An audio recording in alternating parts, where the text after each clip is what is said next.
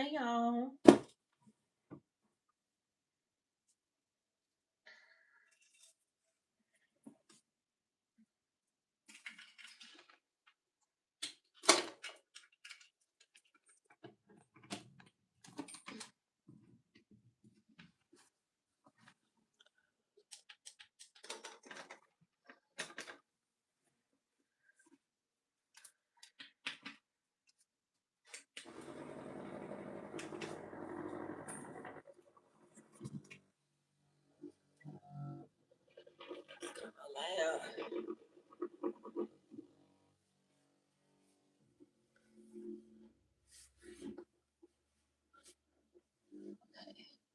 That's better.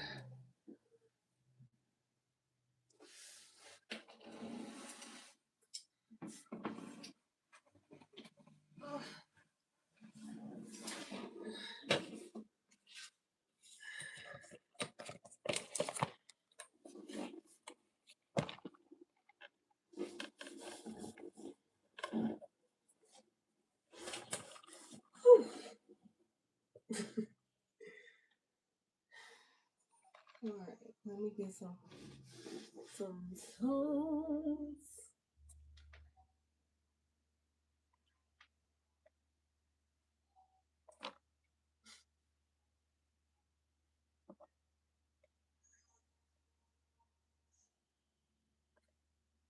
What do I want to listen to tonight?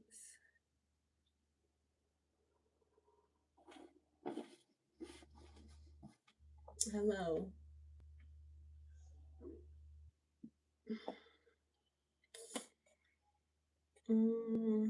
I need to make some more playlists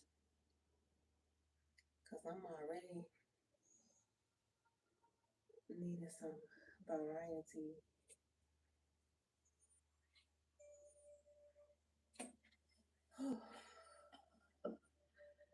Hey.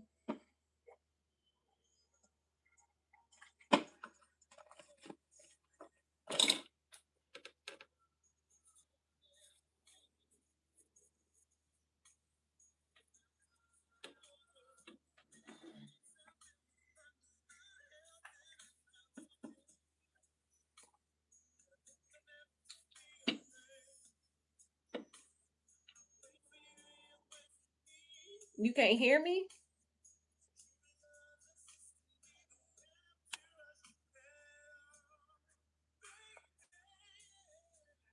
It's no sound. You can't hear me?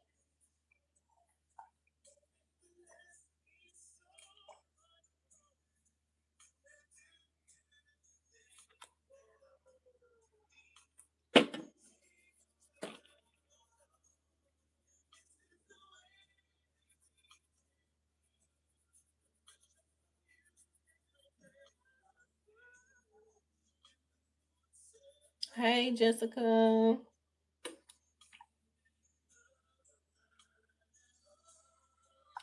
What y'all doing on this Saturday night? I'm in the house greasing my scalp. I got me a good shampoo today with my braids in at work. Oh,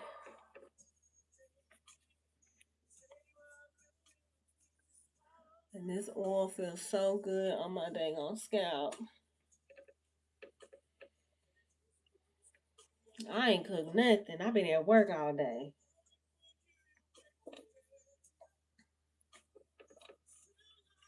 I've been at work all day.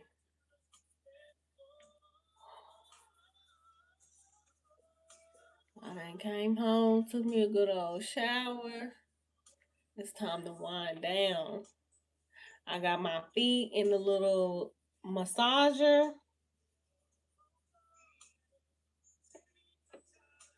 because my feet hurt. Been on my feet all day.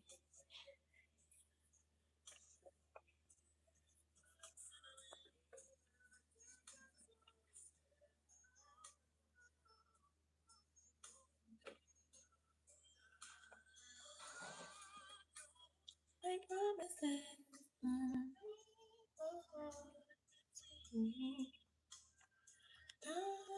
can't around you, girl.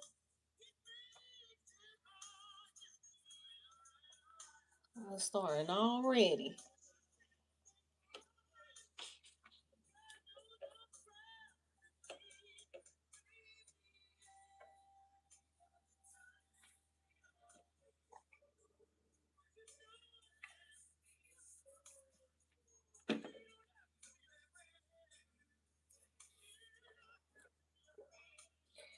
That just be crazy to me. Like, people really don't have nothing better to do with their time. It's a lot of sad, miserable people in this world.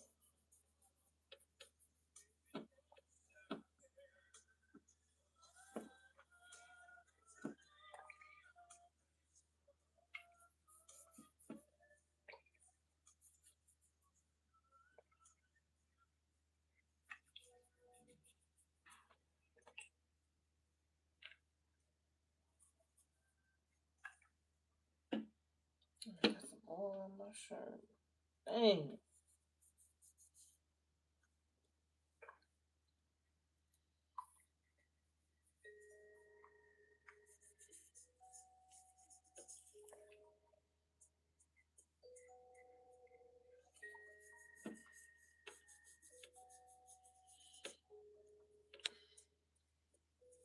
Tell me you just love, baby, alone. I don't want nobody else to hold you.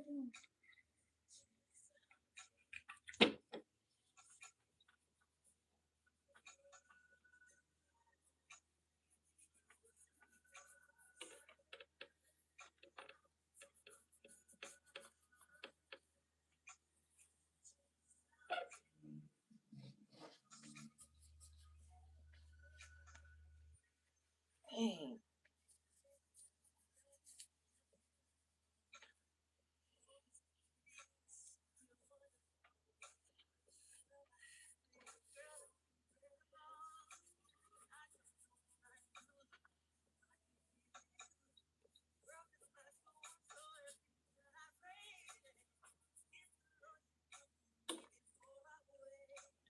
I wouldn't go if I can't see your face.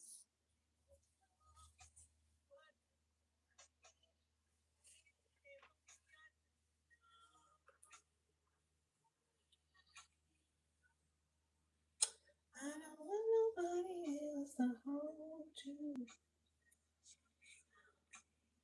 Maybe I'll stay and make your way from the side.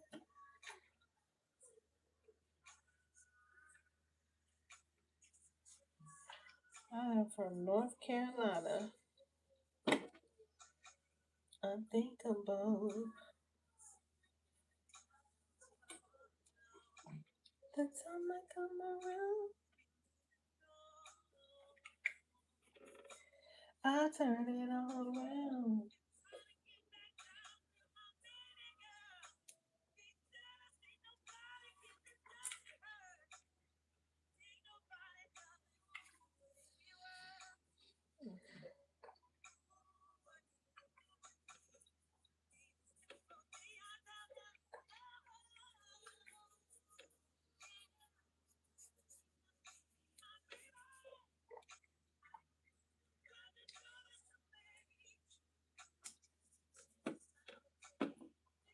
Well, my neck starting to hurt.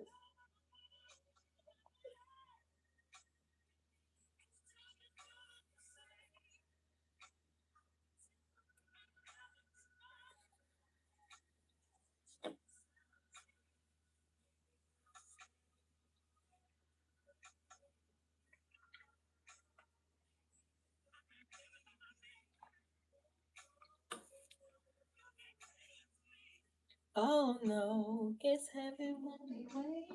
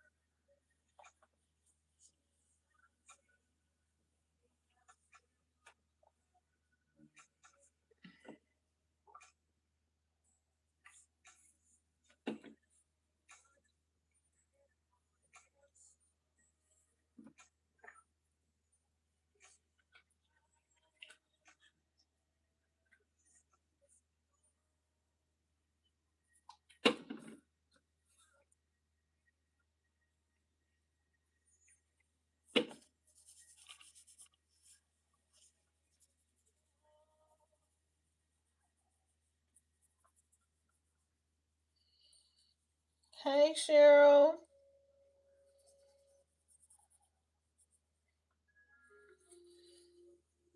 I've been waiting for my people to come up in here.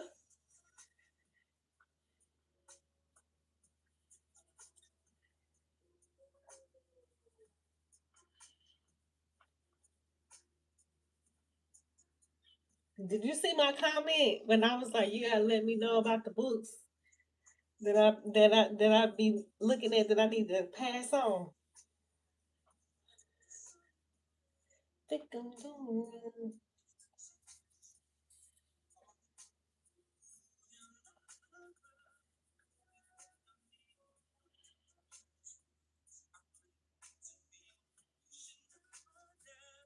that it's gonna take a lot of trust. You should know.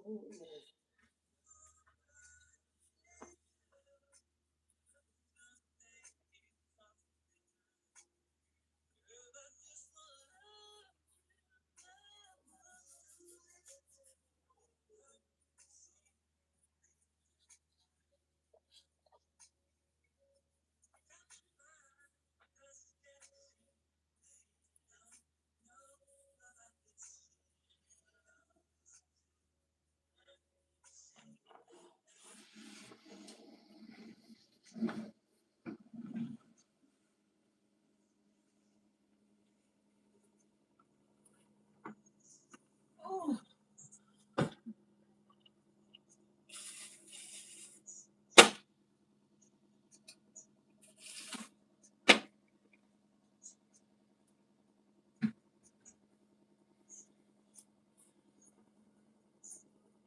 I be a fool to play around with you.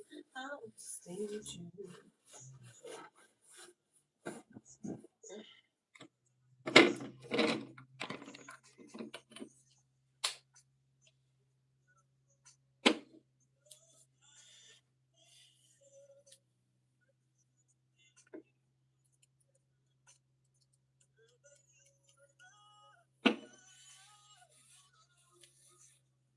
I probably should do it like this.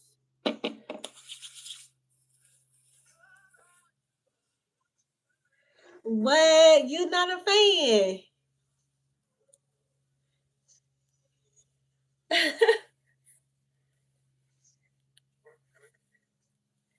Nah, I wasn't expecting you to say that.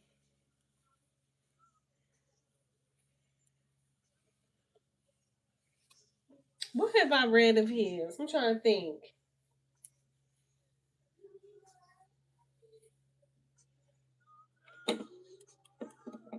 I gotta look at my bookshelf. I know I done read. I think I got like two of his books. I just bought. Oh, or is that Don Miguel? I think that was Don Miguel, the Mastery of Love. He the one who wrote the Four Agreements.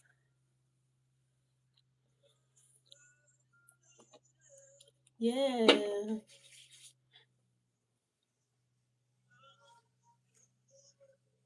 Mhm.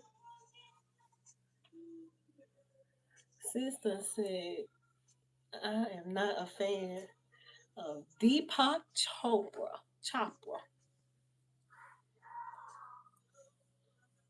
Mm,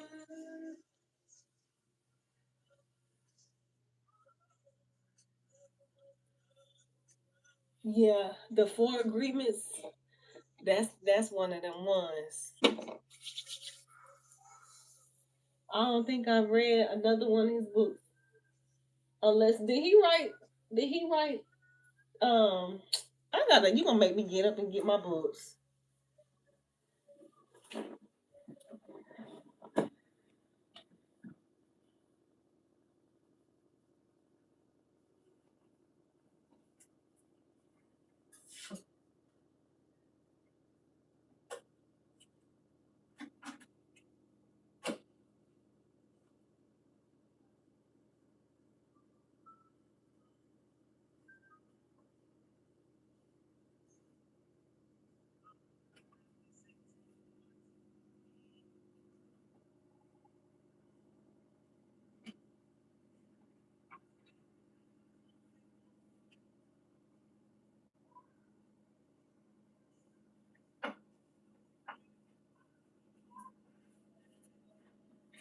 Okay. I got these by Don Miguel. I read this one. I need to reread it. This was good. And then I think you seen in the vlog, I just got this one by Don Miguel. I'm very interested in what he got to say about love because I have my own theory or definition of love. And I just really feel like a lot of people, they just have a real misconstrued definition of what love is. Like, people out here, they don't really love unconditionally. They don't. They love with conditions. They love with conditions and then try to say it's unconditional. Like, no. You only love me as long as I do X, Y, Z. And I feel like love is different from the dynamics of a relationship.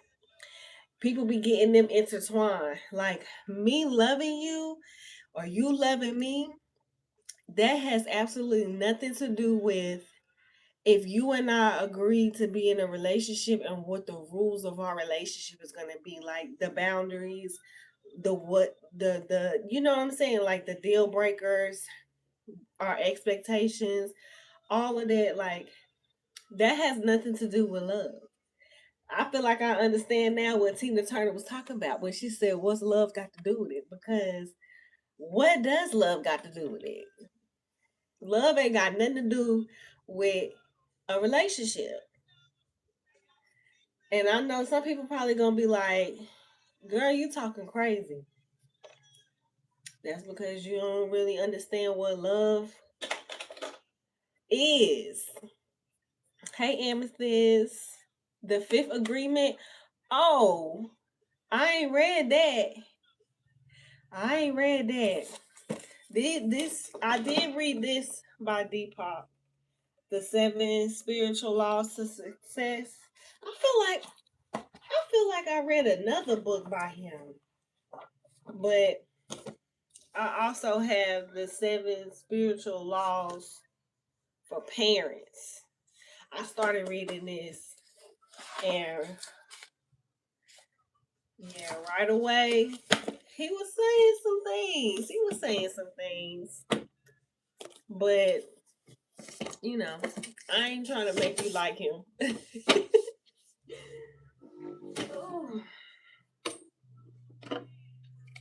But yeah, I'm real interested to start reading that mastery love book.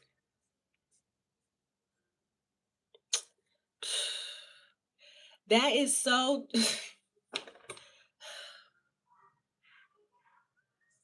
girl, I almost got sad. I'm telling you.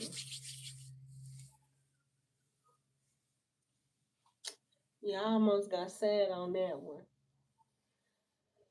But it's true. That's why, you know what I mean?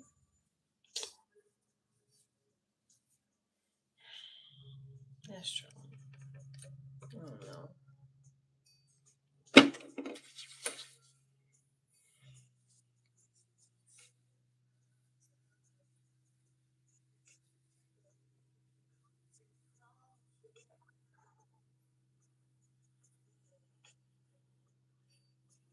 It's sad that people only love you when you follow along with the conditions of what love is to them. Like,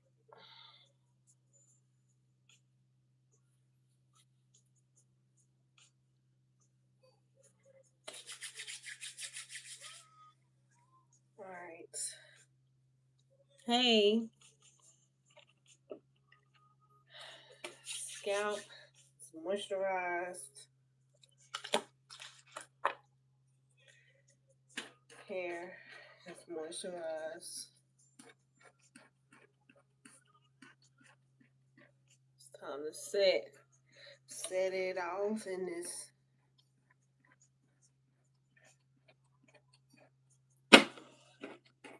I need to give me some more phone.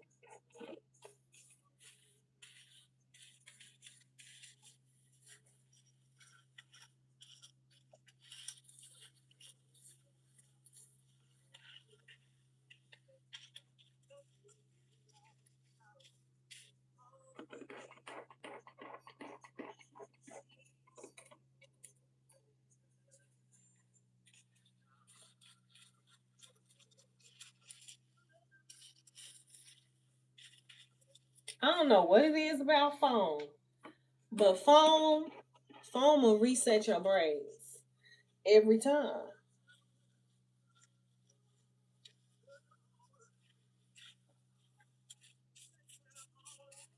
Put some foam on that thing, your braids gonna be looking good.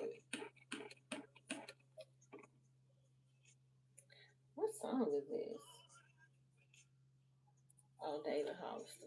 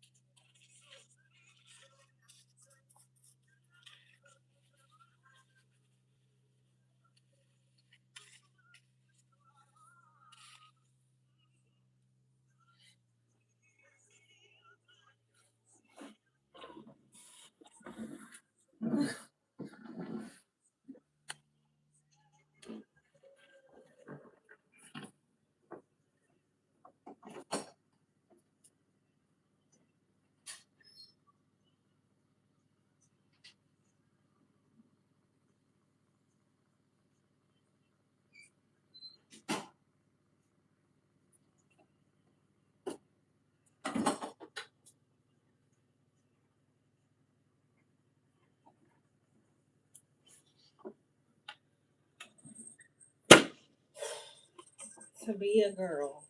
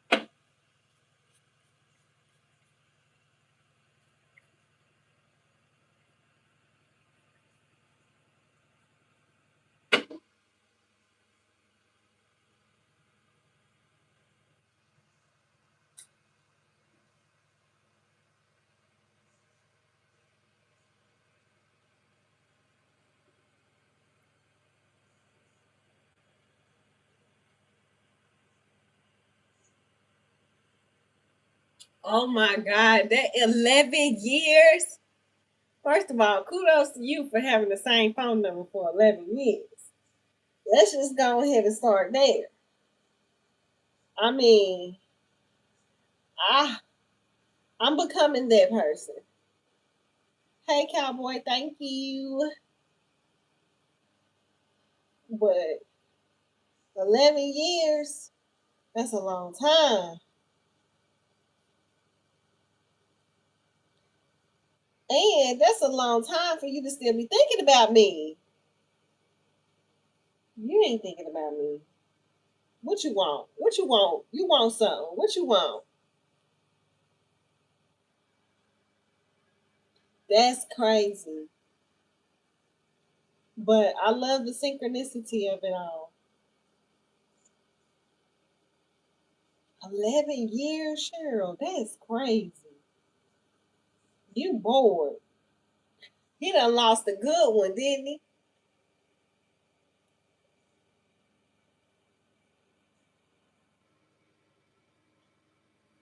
I'm from North Carolina.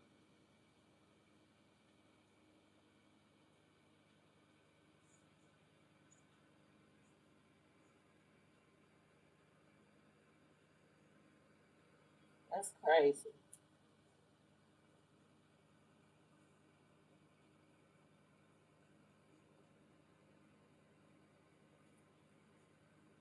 No. It ain't got nothing to do with your age.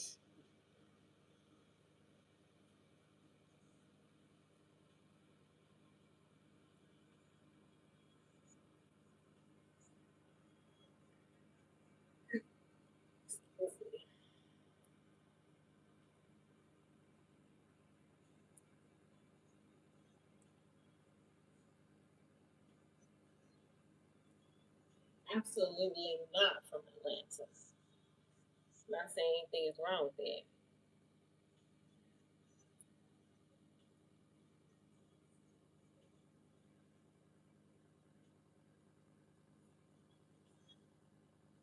But thank you.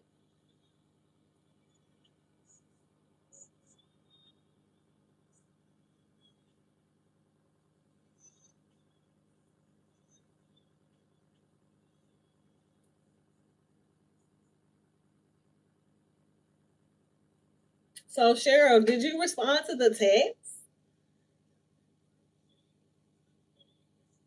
Cause how you know it was the ex? I'm gonna be in your business.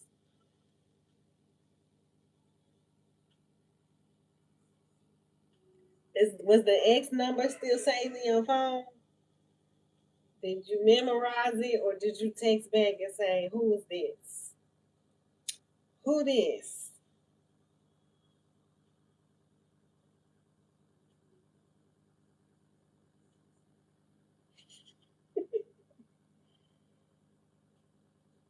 What did you say?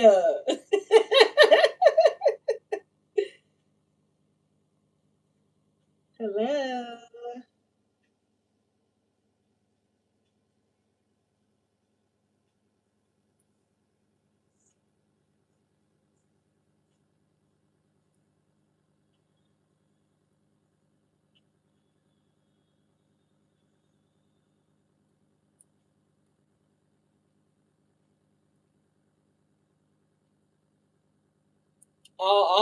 Okay.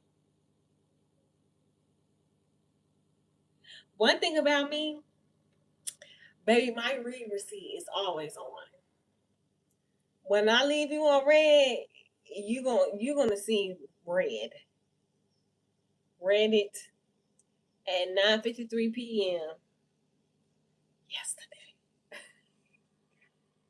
I'm a G baby. I'm gonna have my read receipts on.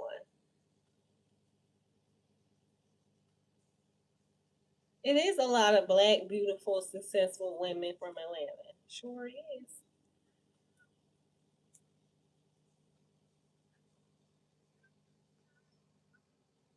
I want you.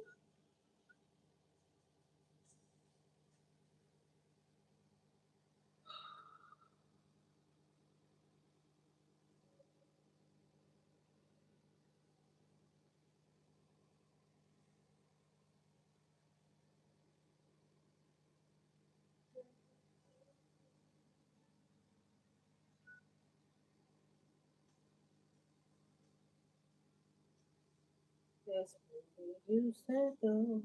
When these dreams are coming, show.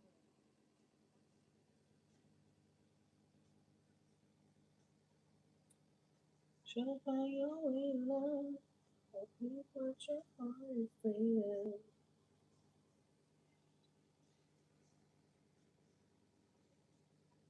From valley down, your heart.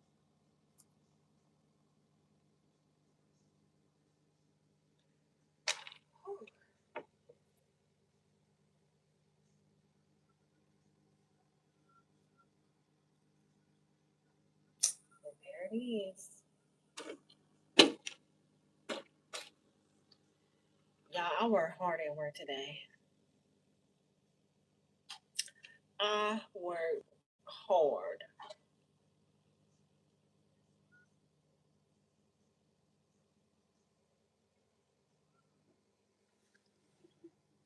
Life lessons, and I'm tired. I'm so happy to be home from work. I ain't gotta go back to work tomorrow. Whew.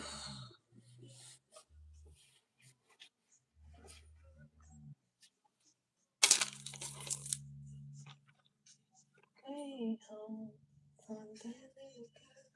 Oh, what my tea at? I'm gonna make me some tea.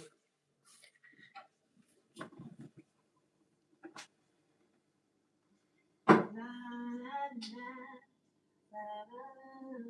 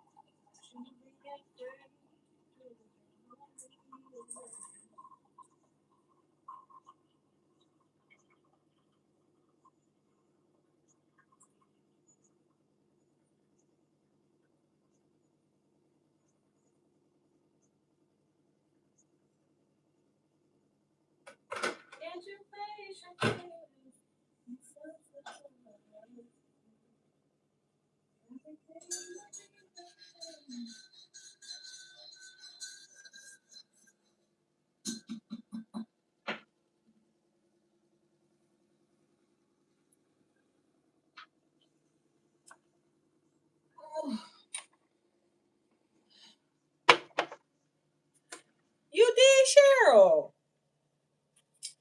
Hey, Lori. Peace, goddess. Oh, it's gonna be okay.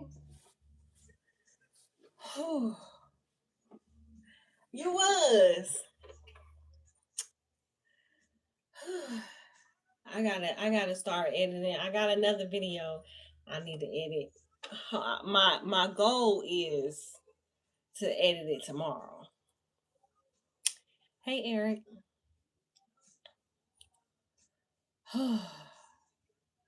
Cheryl, I'm tired of being a hairstylist. I'm tired. But you know what? This the last time. This is it. This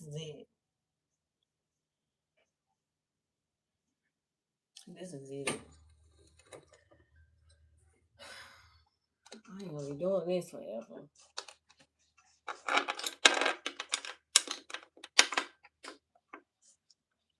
Peace, Linda. How you doing tonight, goddess? Girl, I love you so.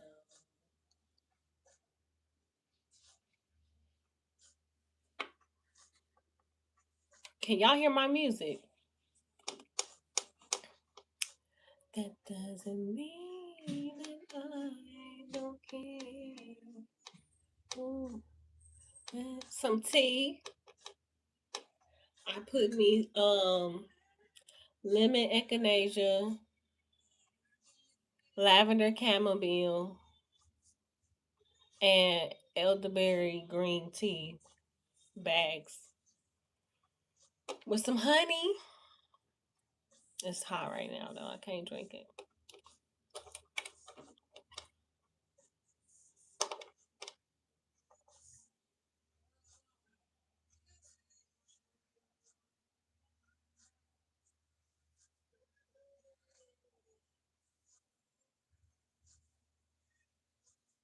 Cupid. Y'all gotta tell me if y'all can hear my music.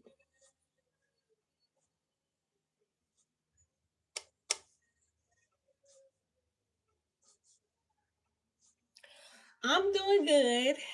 I'm tired myself. Okay. Cause copyright. But I'm tired myself because I had a long day. It was just a busy day at work today. I did 24 people here. That was a lot. That was a lot of interacting with people. That was a lot. But I made some money. I made some money. And I need it, honey. I got bills to pay. I got bills to pay. All I'm trying to do is just stay, caught up. I'm just trying not to be behind on bills. That's all I want to do. Yes, tips, tips, tips, tips. Yes, some people are, not everybody. But I would say majority of the people at least tip something. Like it's very rare that people don't tip anything, but it happens. And when it happens, it's like the audacity of you. Like unless like you're from like another country and cuz it's not it's not customary everywhere. Some people see it as an insult. Some people don't think it's just, not necessary.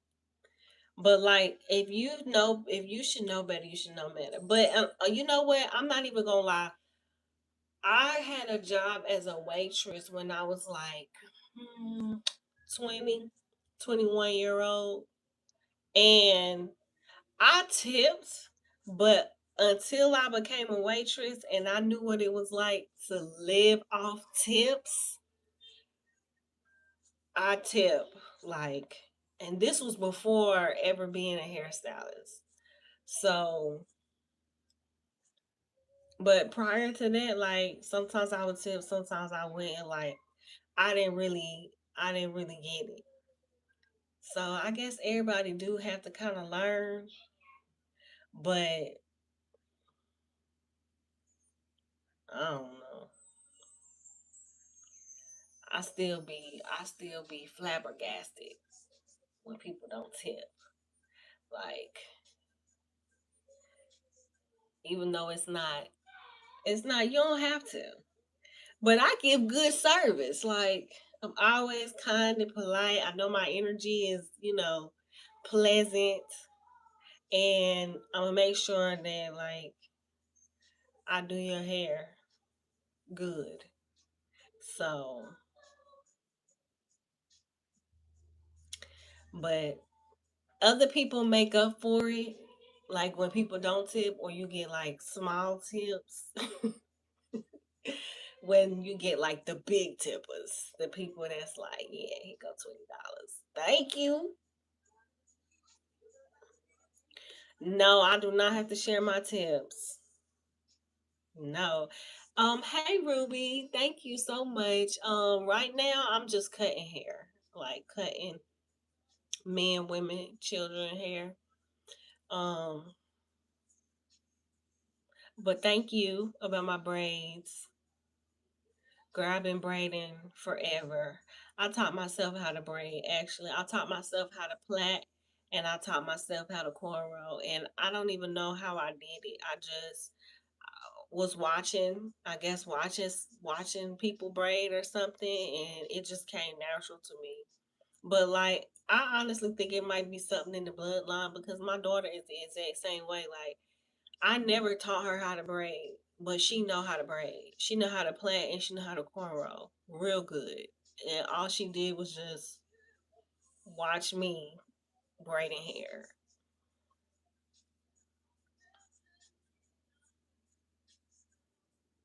If I had the wrist that I used to have, if I had the wrist that I used to have, I would probably just braid hair. I would. If I had the wrist that I used to have and I had the speed, I would probably only braid hair cuz it's just so that is a quick easy hustle. Like if you know how to do it and you know how to do it in a good enough time frame, like you could do two heads a week and be straight. And I know this because I've lived this life. And then from that, I used to I used to just do braids at one point. And yeah, a couple $100 a week from doing two, maybe three heads. Come on now. You cannot beat that. I really do wish like that I could still do it, but girl, my wrists be bothering me and my fingers will start cramping.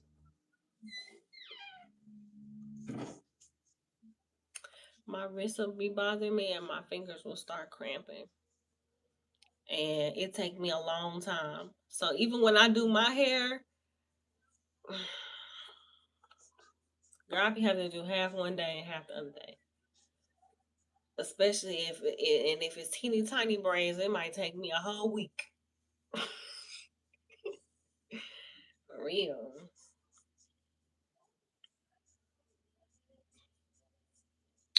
Girl, you know what? I remember learning how to braid on pom poms. Like I remember being a little girl taking my little pom poms and doing the 3-strand braids.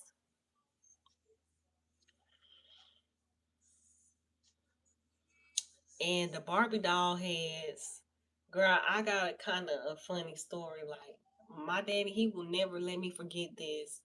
One day, I don't remember doing this, but parents they do, they tell you stuff. But apparently, one day I was in my room playing with my baby dolls, and he said that I was like using my saliva to like slick the hair down. We laugh about that. He will never forget that. And he always say to this day, like, Lord, I remember I remember when you was slicking them dang on baby dolls' heads down with your spit. Now look at you.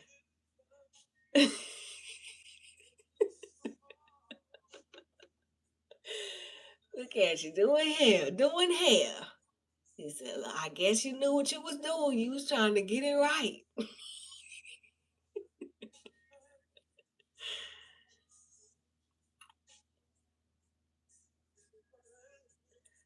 Um, like, are you asking if I blow dry my hair or like clients' hair?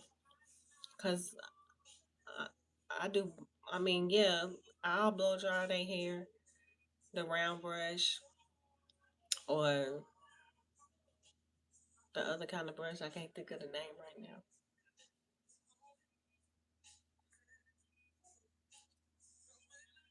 I'm good. It's just like if I was doing so, like back to the braids. If I was doing some braids after, but I just be braiding through the pain. Honestly, it just take a long time. It just take me a long time. So like a client, they gonna be like, "Dang, it's taking her forever to braid my hair." And then I'm kind of like a perfectionist too with braiding. So and people they be nowadays people be like real picky and particular. Like people don't really know how to finesse a hairstyle. You know what I mean? Like me personally, I know how to make it work. Like it ain't gotta be perfect. It just gotta be right. It just gotta be, decent. And I know how to hook it up. But I guess that's because I know how to do hair. Everybody don't know how to do that. So sometimes I be feeling like when I be seeing stuff on social media, people be complaining about their hair, they be getting their hair done and stuff like that. And I just be like, girl, you could have just slicked that on. You know what I mean? You could have made that work. Everything else look good. You could have did. Hey Misty. It'll be so fun.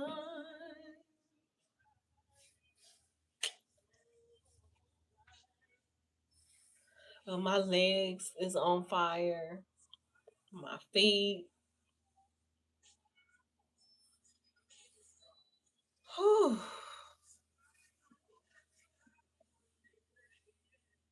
I'm gonna sleep so good tonight. Y'all trying to put these little eye patches on. I told myself I was gonna come home and just have like a little self care moment. I gotta get me some better ones because them things was sliding. One of them ripped. I just threw them away. Oh, thank you. You're so kind. Thanks.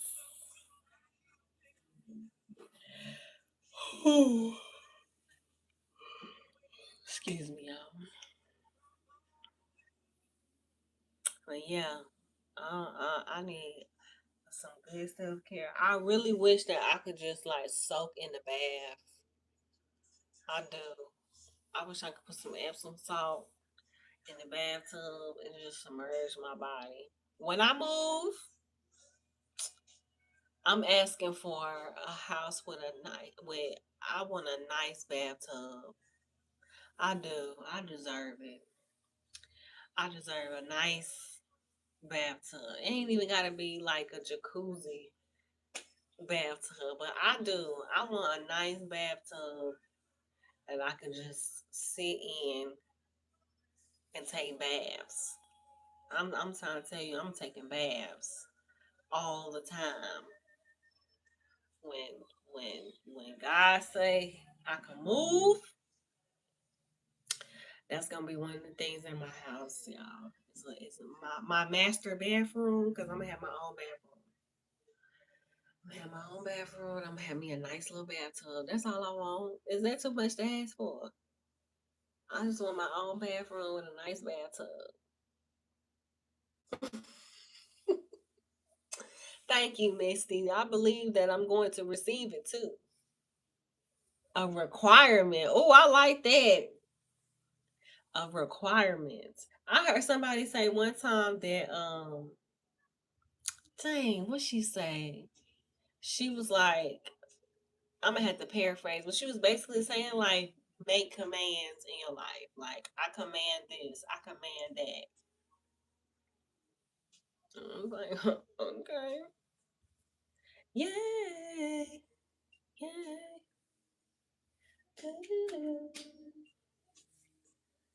My song just came on, y'all. Do y'all know that song by Intro called Ribbon in the Sky?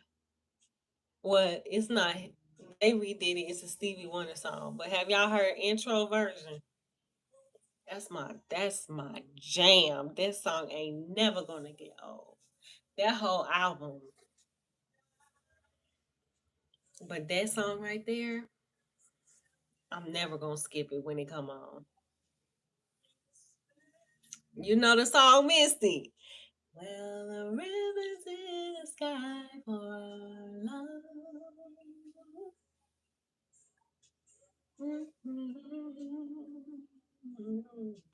May I touch your hand? That's my song. You know it too, Lori. So that you. Let me see if I can turn it up. I ain't trying to get copyrighted. Do-do-do.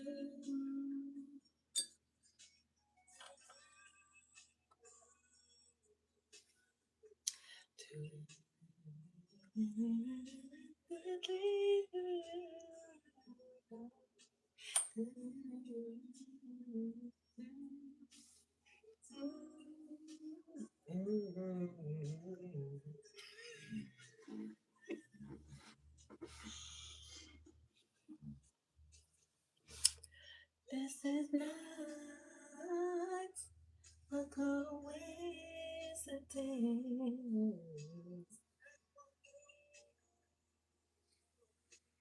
No lucky chance.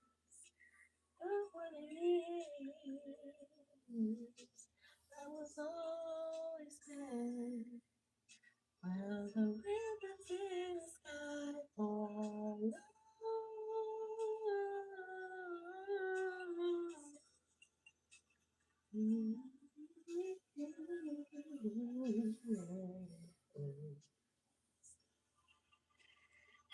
Okay, y'all, because I'll go over here. I'll be singing. I'll be singing. Yeah, I like Stevie Wonder's version too. But the lead singer, he could sing.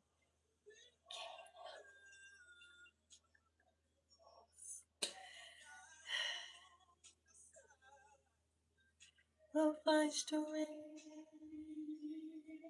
and you still will cry.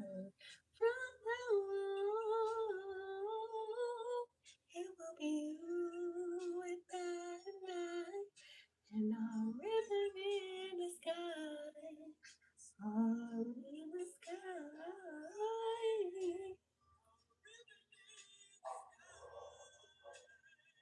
Come on.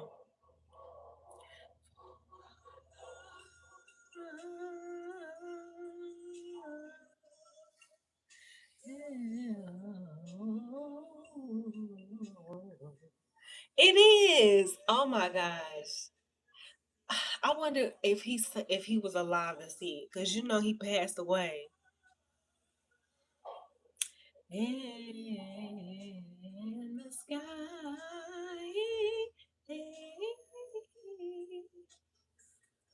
Listen. For so long. Oh my gosh. If I that's okay.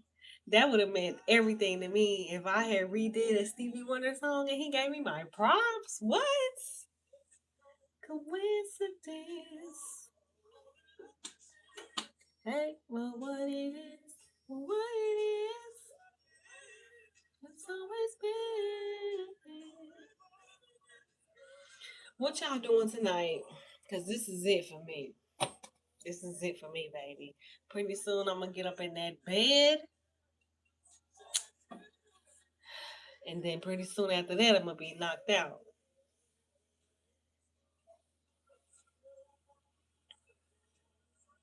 On this line of rain, you don't know what you do.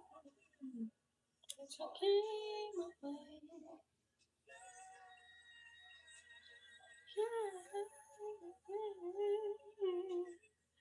Same, I feel it.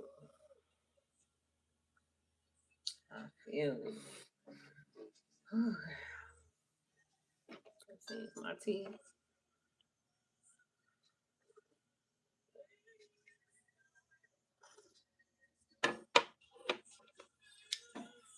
You gonna be up, Misty? I'm gonna stay up with you for a little while.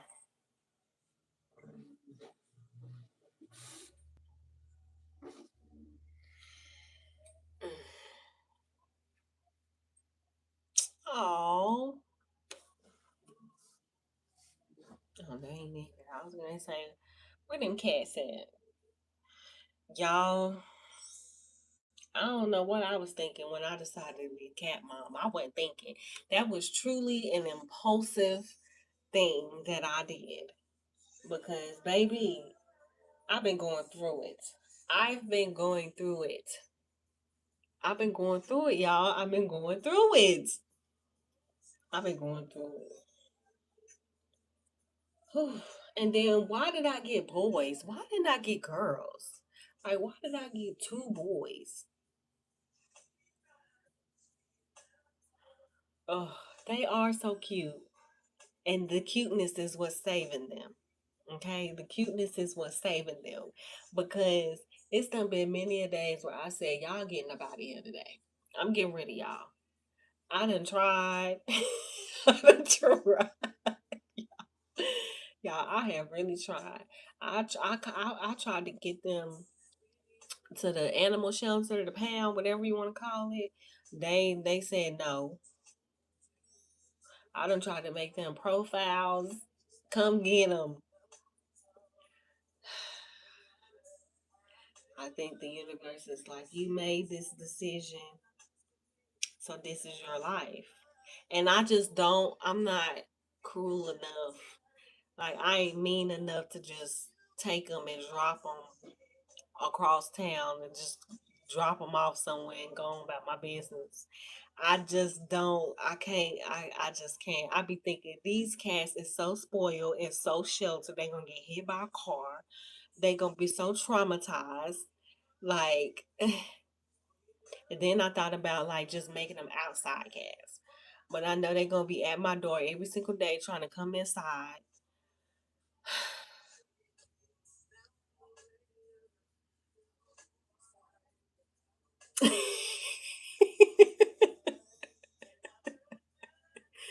That is funny.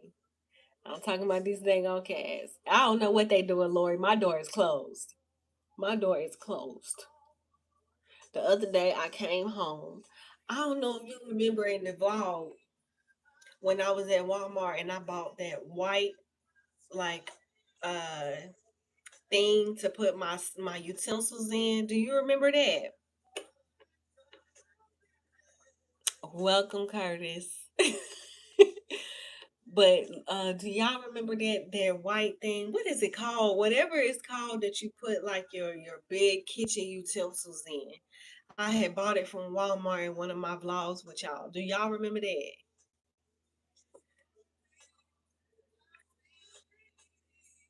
that? Lori, I done came home one day. I done came home from work one day and they broke it. I came home, it was scattered in pieces in the kitchen floor.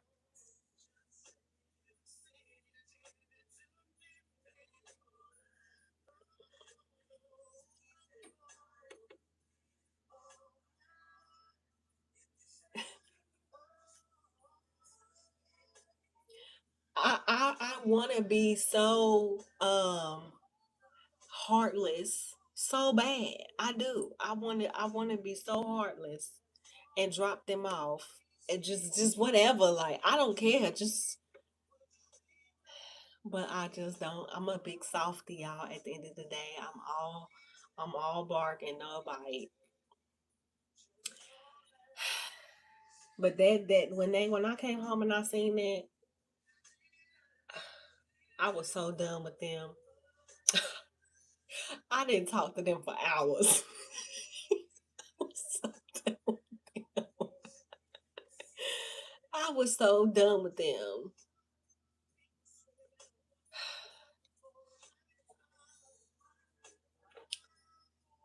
They just be doing stuff like they just be doing stuff, but they like little sour patch candies. Y'all remember how they used to say first they sour then they sweet? They be sweet and sour and it's sweet and sour. It's just back and forth like a boomerang. Like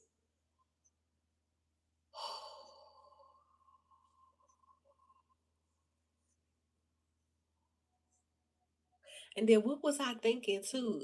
Knowing that I got freaking undiagnosed OCD. I be cleaning after them, cleaning.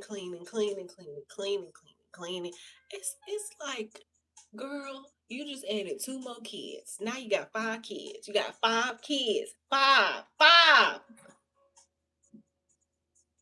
And they got 9 lives. So now we don't even know how much time you done added on to us being free. You just signed up to take. I was going through some things. I was going through some things when I got them dang on cats, and the reality has definitely been settling in, y'all. But all I can tell you is that they still here and they live to see another day. I'm just taking it day by day. I be thinking about finding out if I could get them neutered. I don't want to do that to them though. You know what I mean? Like I be talking to them.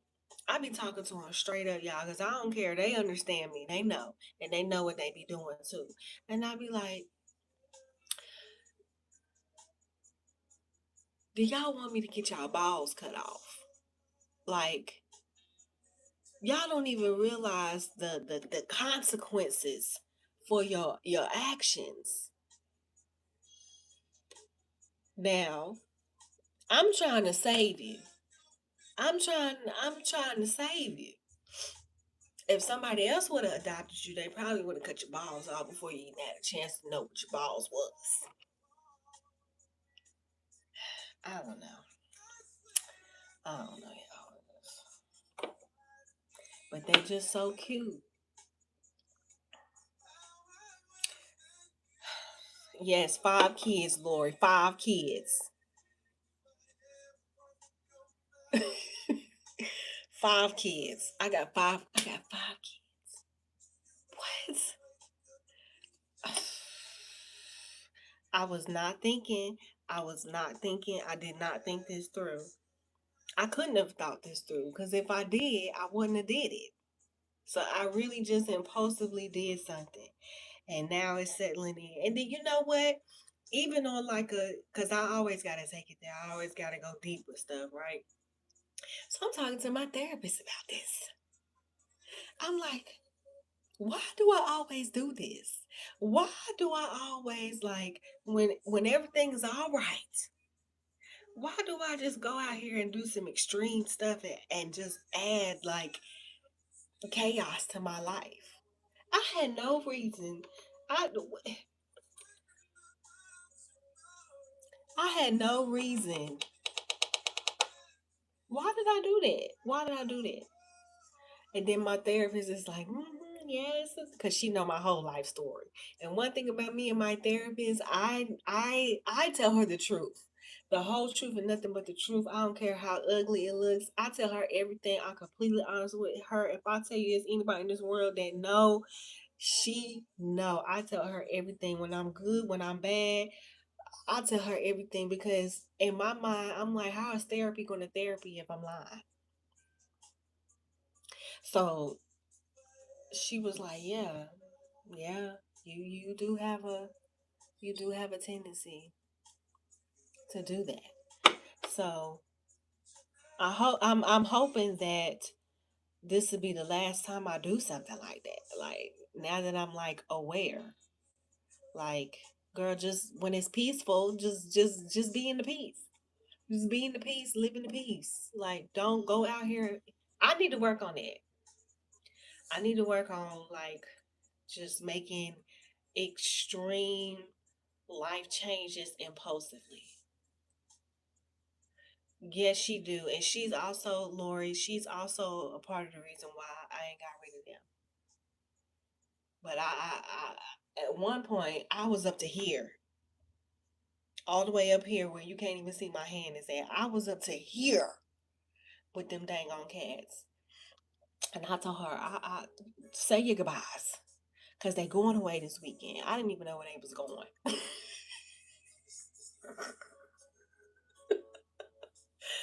I didn't even know where they was going. But I said, say your goodbyes. Because I'm tired.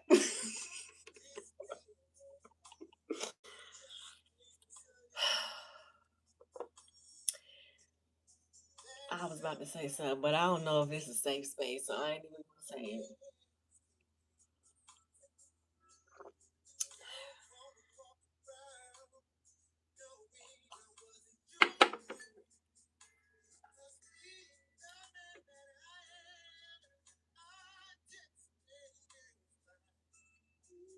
Why you surprised, Lord?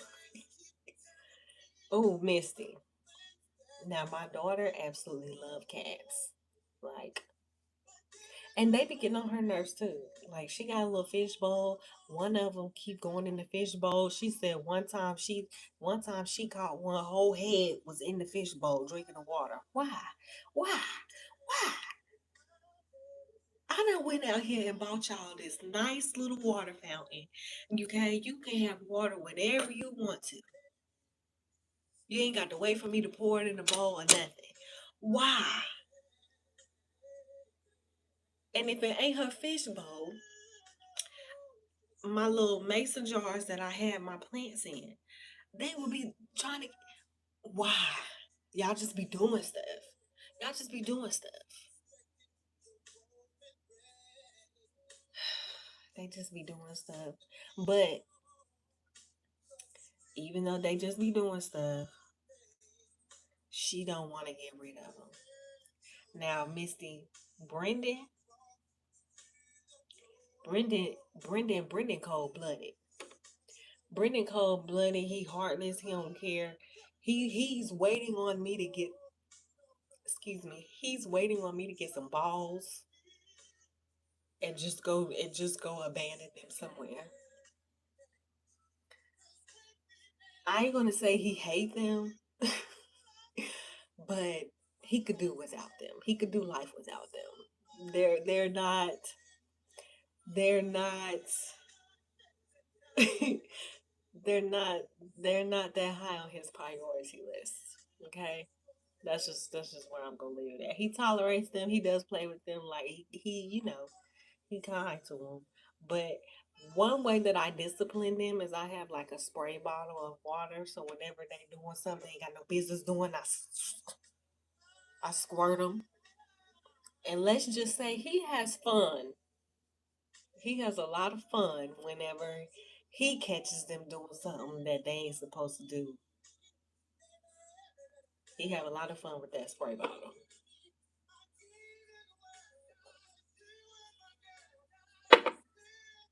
And earlier, I seen somebody say something about they dog always hungry. These cats is always hungry. First of all, first of all,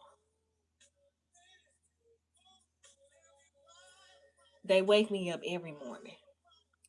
They wake me up every single morning, every single morning, every single morning. And if I close my door, they still wake me up because they at the door. They act like they starving to death. They act like they starving to death. Let me turn this down because they gonna copyright us, y'all. They act like they starving to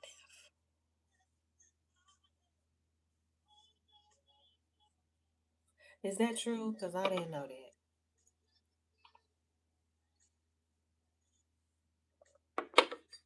But when they ready to eat, they follow me around. I was just about to say that. They follow me around wherever I go when they are ready to listen. Brenda, yes. Yes.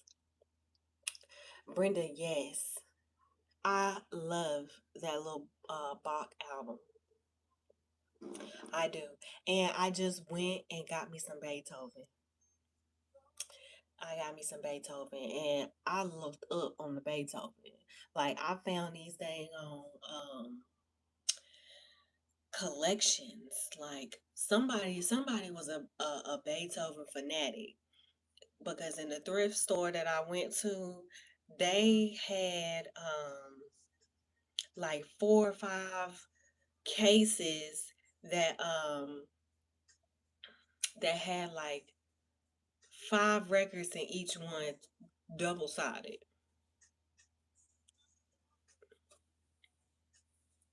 So yeah. No. Oh, you got one up in there.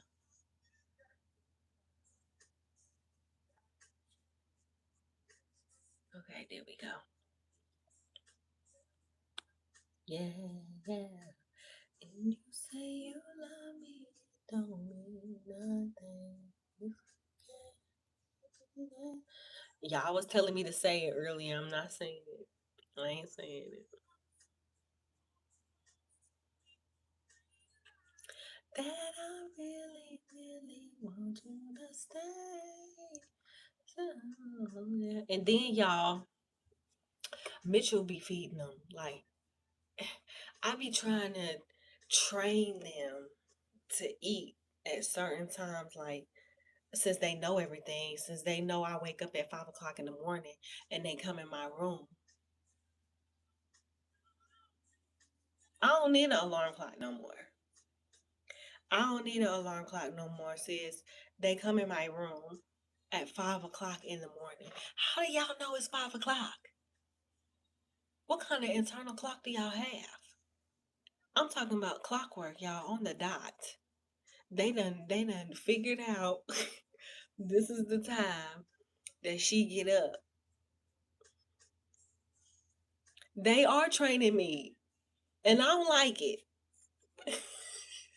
I don't like it. Sometimes I make them wait. I do. I make them wait like an hour because you're not starving and you don't run me. I run this,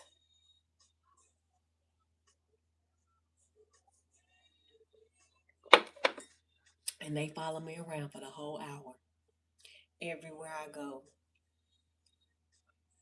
And like the cat food is in like this little container with a lid, but I put it in my hallway closet with the door closed. If I'm anywhere near that closet and they hungry, they'll stand right at the door. And every time I walk past the door, they meow, meow, meow, meow. And they be looking at me with their big old eyes and their pupils all spread wide and just like Puss Boots. Meow, meow, meow. I go downstairs, they go downstairs.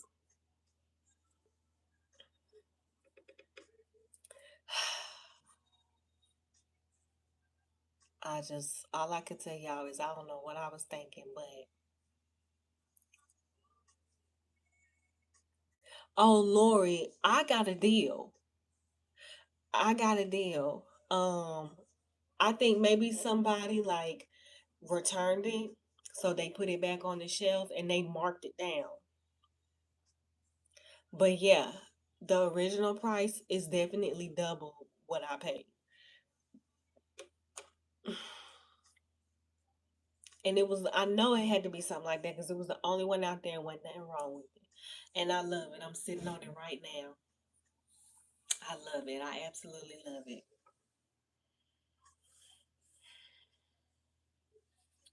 Oh, my legs is hurting, y'all. Only reason why I'm sitting here and not in the bed is because I got my feet in like this little slipper that's like a foot massager, like it vibrates and heats up. So I'm trying to tend to my feet and then I'm gonna get in the bed and I'm gonna elevate my legs because I'm telling you, my legs hurt, y'all. Oh my gosh. I work from nine to six. 9 to 6 and did 24 people today. That's like how many haircuts an hour?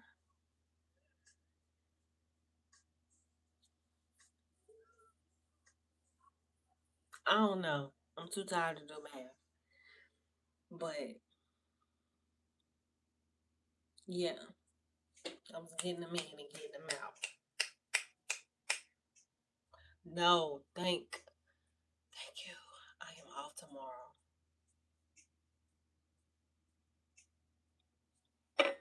Yes, they all walk-ins. No appointments. They all walk-ins.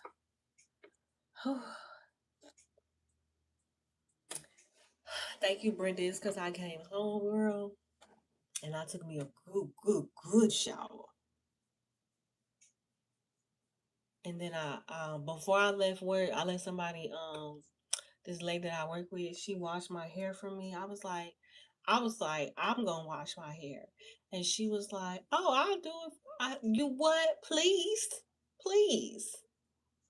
Shoot, I can't remember the last time I done laid back in the shampoo bowl and had somebody shampoo my hair. Please. So she gave me a good shampoo, y'all. Oh, I needed it. My scalp was so itchy. She gave me a good shampoo. And then I was tripping her out, y'all, because like after I get a shampoo, like after you when you rinse the conditioner out, I be wanting cold water. And so she was like little by little making it colder, and I'm like, nah, you can go colder, like cold, like I want it cold. She was like, oh my gosh, this is cold on my hands. I'm like, yeah, girl, freeze it on up, cold it on up. It feels so good on my scalp. It feels good. And it seals the hair shaft back up too. But yeah, after I took me a good old shower and did my little skincare. I put the oil on my scalp, moisturized it, all that stuff. Yep, that's what I'm saying, Brenda. Cause that hot water opens it up.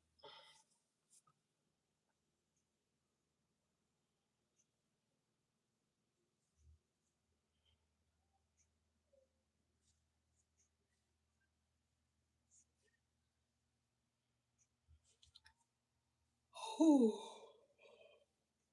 Well, I use botana oil. I use botanical oil. I do have this tea tree leave-in conditioner spray that I just recently discovered that it surprisingly works very well because it's like an oil. And when I seen it, I was like, leave-in conditioner spray. But I tried it on Mitchell hair. I put it on his hair while it was wet instead of using like the creamy leave-in conditioner. I sprayed it on his hair while it's wet and I blow dry his hair and it feels so freaking soft. Just like if I, matter of fact, better than if I use the creamy type of leave-in conditioner. I don't put it on his scalp, I just put it on his hair.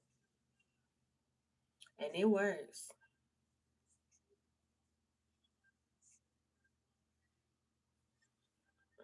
Well, girl, what am I then?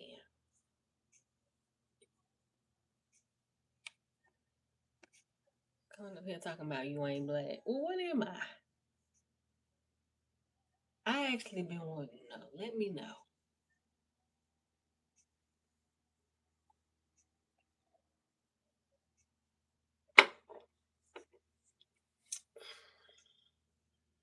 I still use the Yuka app too.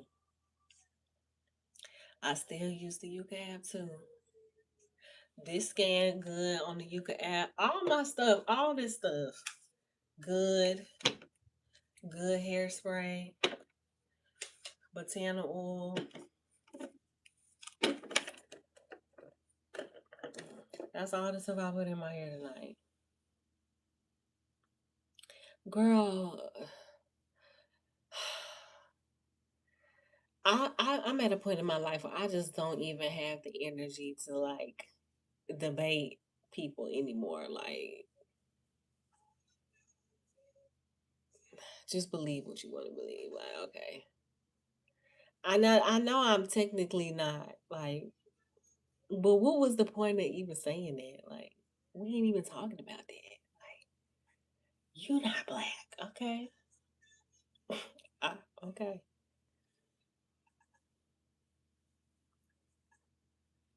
okay.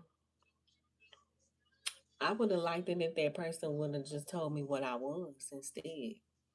Like, hey, you not black, you blank. Let me know. Cause one thing I don't think I would ever do is like them little ancestry tests. I don't know. I just don't trust people. I don't trust institutions. They just want my DNA.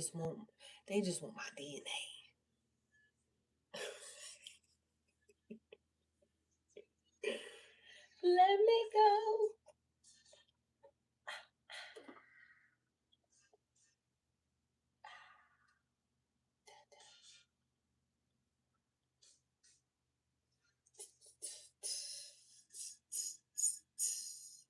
It's colors. It's colors. The way you treat me. But you know what? I don't feel like going into the history and all that. Okay? I'm tired enough.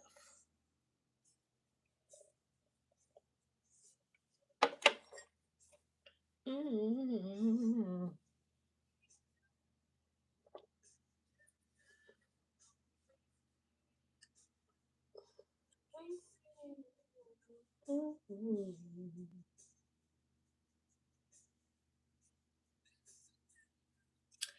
Yeah, Cheryl, I don't trust them. I just, y'all, I just do not trust. I don't even like giving my blood. Like, why they draw your blood so much when you're pregnant?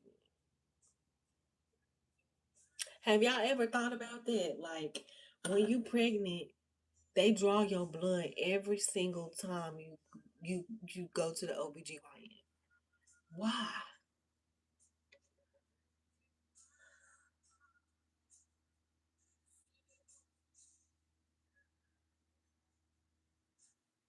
Let me tell y'all this story. Okay. So, what was that? Mitchell, I had Mitchell in the hospital, but I had a natural birth. One of my most proudest moments in life, y'all, because I always wanted to give birth naturally, but I didn't really have support from anybody around me. Like, it's like almost everybody just didn't understand why I even wanted to have it, and they didn't even believe that I could. Like, literally, with my daughter, I told the OBGYN that I had that I wanted to do it natural, and she like laughed.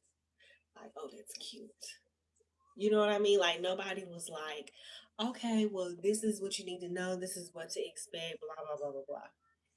Second time with Brendan, I wanted to do it natural again.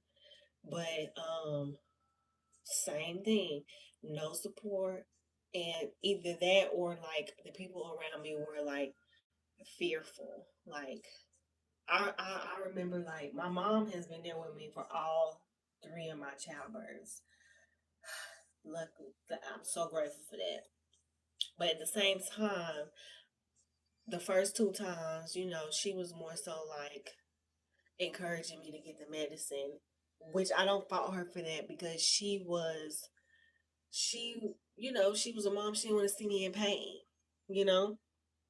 But I wanted to have a natural birth. I wanted to have a natural birth, and I just I didn't have the support to do that.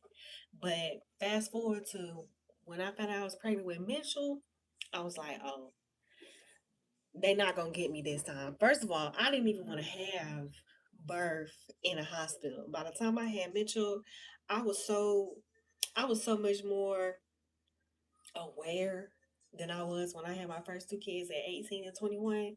Like I think I was like 27 when I had Mitchell, 26, 27. So, baby, I had been through some stuff, seen some things, learned some things, okay? And so I really wanted to have a home birth, water birth. Like, I wanted to take it there, get a doula, all of that. But it didn't work out that way. I ended up having a hospital birth, but I had a natural birth. I was still determined that I was going to have a natural birth now. And so I had a natural birth. And after I had the birth, like, I was adamant on them not cutting my umbilical cord because I knew so much about birth at that point that I knew that everything that was in my umbilical cord, the blood, all of that stuff needed to go to my baby before it could be cut. Honestly, I didn't even want to like I wanted him to stay with his placenta, but I didn't do that. I only cut the cord because of his dad. His dad was like flying in from Cali. And when he got there, I had already pushed the baby out. So I was telling the hospital people for those two reasons. One, so my baby could get what my baby needed. And two, so that way when his dad got there, he could have something. You know what I mean? Like, because he was trying to make it on time. But you can't really predict that. You know what I mean? So after that happened, after, those two things happened, I was like, all right, he can cut the cord. He cut the cord. And I overheard the nurses say this, y'all. It was two nurses talking to each other. And she said, nurse one said to nurse two, she said,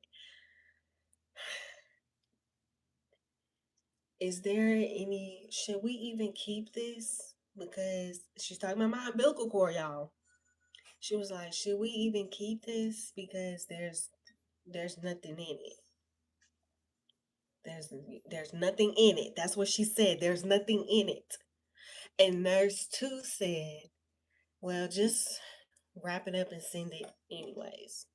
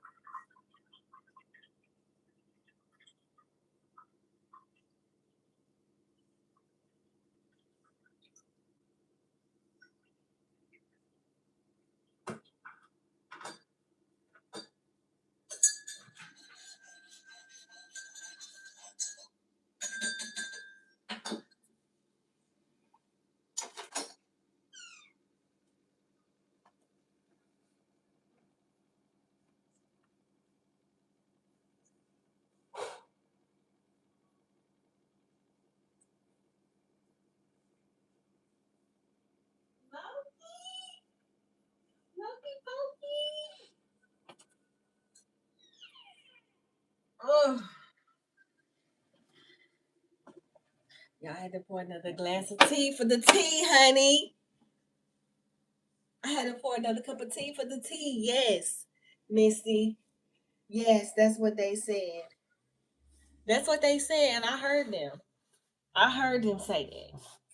So what all my suspicions I knew was true. What y'all doing with our umbilical cords? What y'all doing with our umbilical cords? And I kept my placenta too. And I just wish that I would have knew this stuff with my first two kids.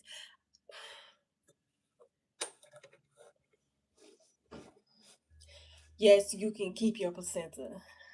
A fun fact about me, after I had this natural birth experience with Mitchell, I felt so liberated and so liberated. That's when I became like a birth doula.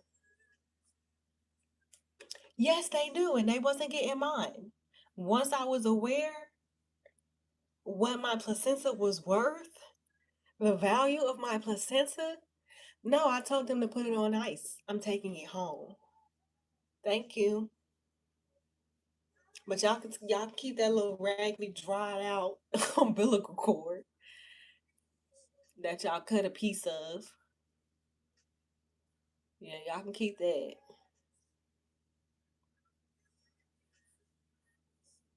Mm-mm.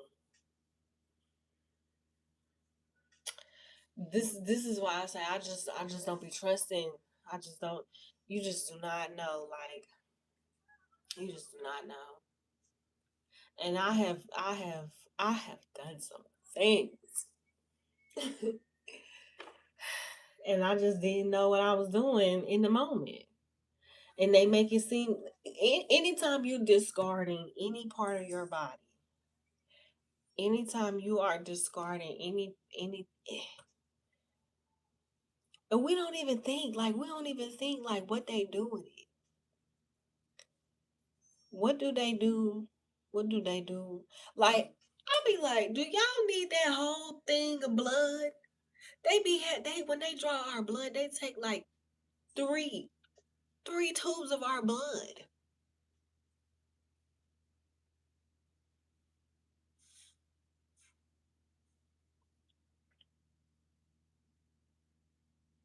for one test. You need all that blood. And then when I'm pregnant, y'all take it all. Y'all taking my blood. It's something about when I'm pregnant. Y'all really want my blood in.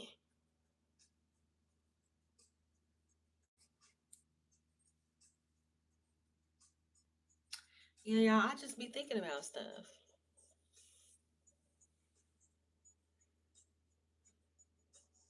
Take your donor status. What you mean? Check mine. Oh baby, I'm not one. Y'all can't have nothing. Y'all can't have nothing. Honestly, when it's my time, I don't want to be embalmed. I don't want to be in no casket. I want to be, yeah, on my driver's license. Yeah, no, baby, no. Every time I go and they ask me, I say no. No, no. Y'all really think that they taking your organs and giving them to living humans that are in need? Get out of there.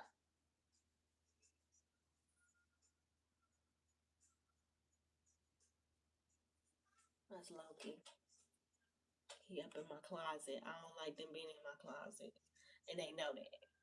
But they still go in there. Mm-mm. What was I saying? I was saying something. Dang, I was saying something. Oh yeah. No.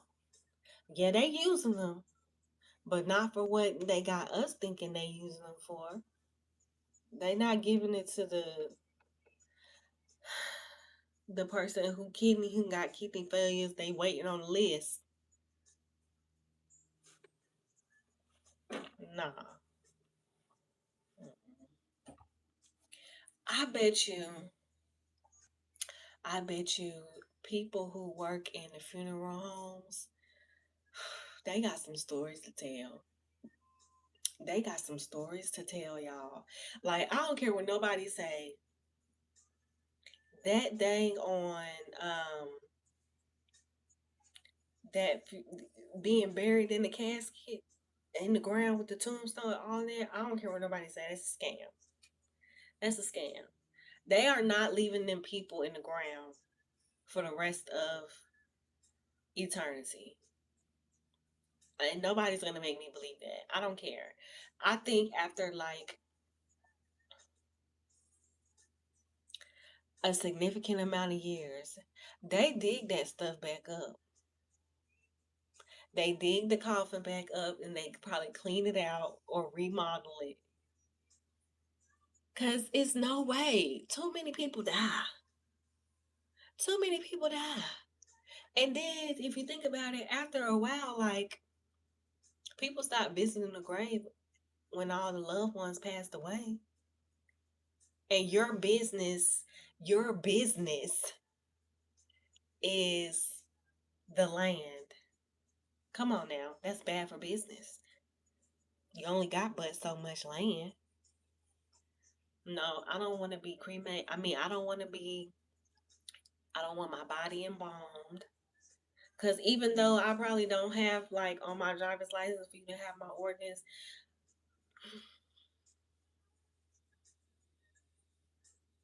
who's going to protect my body? Because the family gives the body over to the morgue. And all they do is come look at the body, maybe to identify it, and then look at it again to, like before the funeral, the viewing. And they so heartbroken. You think they unbuttoning my clothes to look and see if I got stitches down my chest to see if they took my body parts?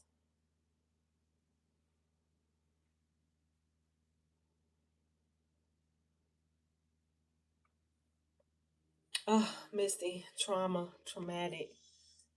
Yeah, they do stuff like that. Like, if I can have it my way, bury me in the ground. Like, I would love for my immediate family to just bury me in the ground themselves. Give me back to the earth the way we was doing it a long, long, long time ago. Dig a hole, bury my body, and let it be. And if you can't do that, then I'll settle for cremation. I don't even want to settle for cremation because my body's still gonna be given to the morgue. You signed the papers for cremation. Why wouldn't they take your organs? Why would they let perfectly good organs go to waste and all you want to do is burn the body? Like, burn the body myself, y'all self. Build a raft with the sticks and the straws and the branches and put me on there and put the stones on my eyes and just burn me. But 9 times out of 10, y'all, my family gonna do what they want to do because I'm the black sheep of my family. So nobody thinks like I think. Like, and when I talk like this, they think I'm crazy and they be laughing at me. But I be serious. I be so serious. Like, protect my body. You don't even know if my soul is done transitioning. They chipping and chopping away. I'm trying to make it to the next place. Maybe I could look out for you. I ain't gonna be able to do that and get there because you ain't do right by me. You didn't properly bury me. So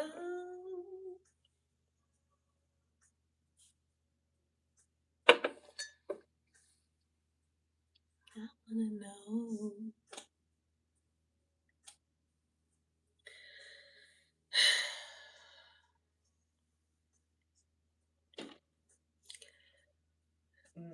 Lord, when you was like medical science, that made me think of like the terminology,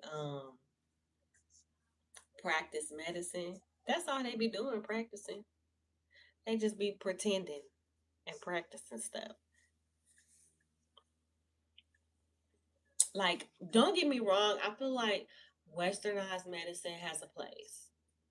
Like, for instance, I was in a car wreck and I broke my kneecap. Okay. Um,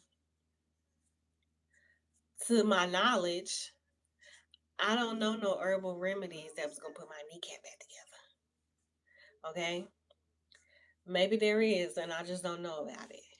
But that saved my knee. Like, that saved me to be able to walk. You know what I mean? Like, so it definitely has a purpose. But they be using that to take advantage of the misinformed and the not properly consent. Like, baby, if I'm going to the doctors, they don't know it, but they when I get there, they gonna wish that I didn't come. Cause one thing I'm gonna do is I'm gonna ask you questions, and I'm reading that piece of paper that you want me to sign. And you're gonna sit there and wait. You're gonna sit there and wait. You're gonna sit there and wait. And if I don't understand anything, I'm gonna ask you to explain it to me because you're supposed to give me informed consent.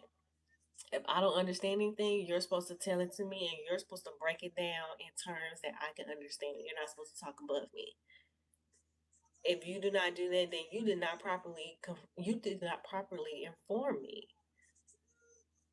So I gave you my consent wrongfully.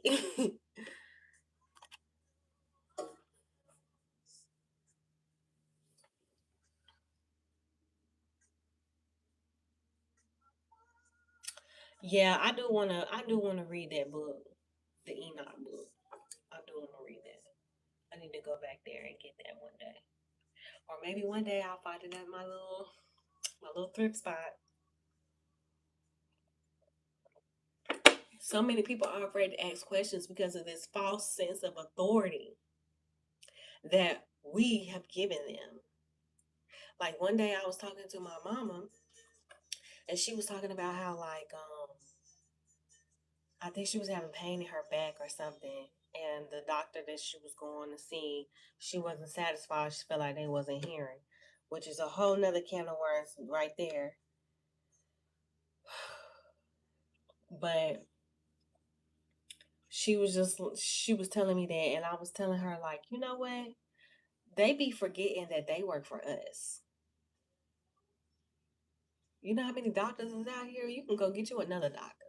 If you feel like they not doing what you need them to do, if you feel like they not hearing you, you don't have to accept what they say. Go find you another doctor. Go find you another doctor. You do not have to stay with them, and you do not have to stay in their little network, because that's what they do. If you go to your PCP, and you having problems, they'll refer you to another doctor in their network, and they'll try to keep you in that bubble. And the doctor that they refers you to might not be doing what you feel like they should be doing. Like, you don't have to do that, and you don't have to go to your PCP for a recommendation. You can find your own person on your own and hit them up. But yeah, it be people be afraid to ask questions because of that false sense of authority. Like, nobody has autonomy over our body except for us. But if we get that power away, then we get that power away.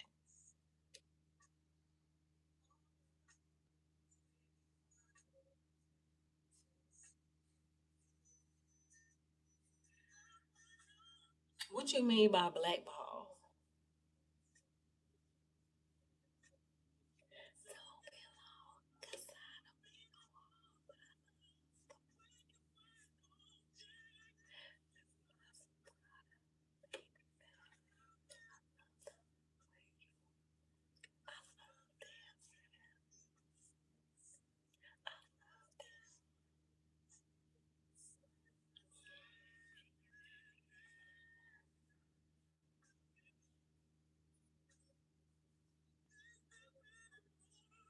Oh, wow, Misty.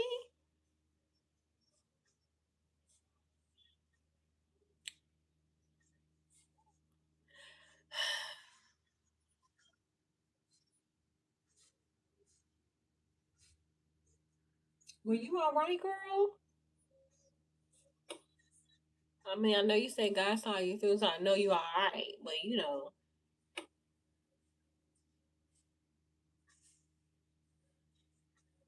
don't care what them doctors say.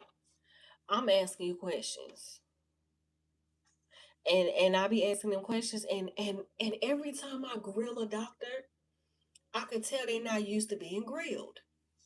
I could tell they not used to being grilled.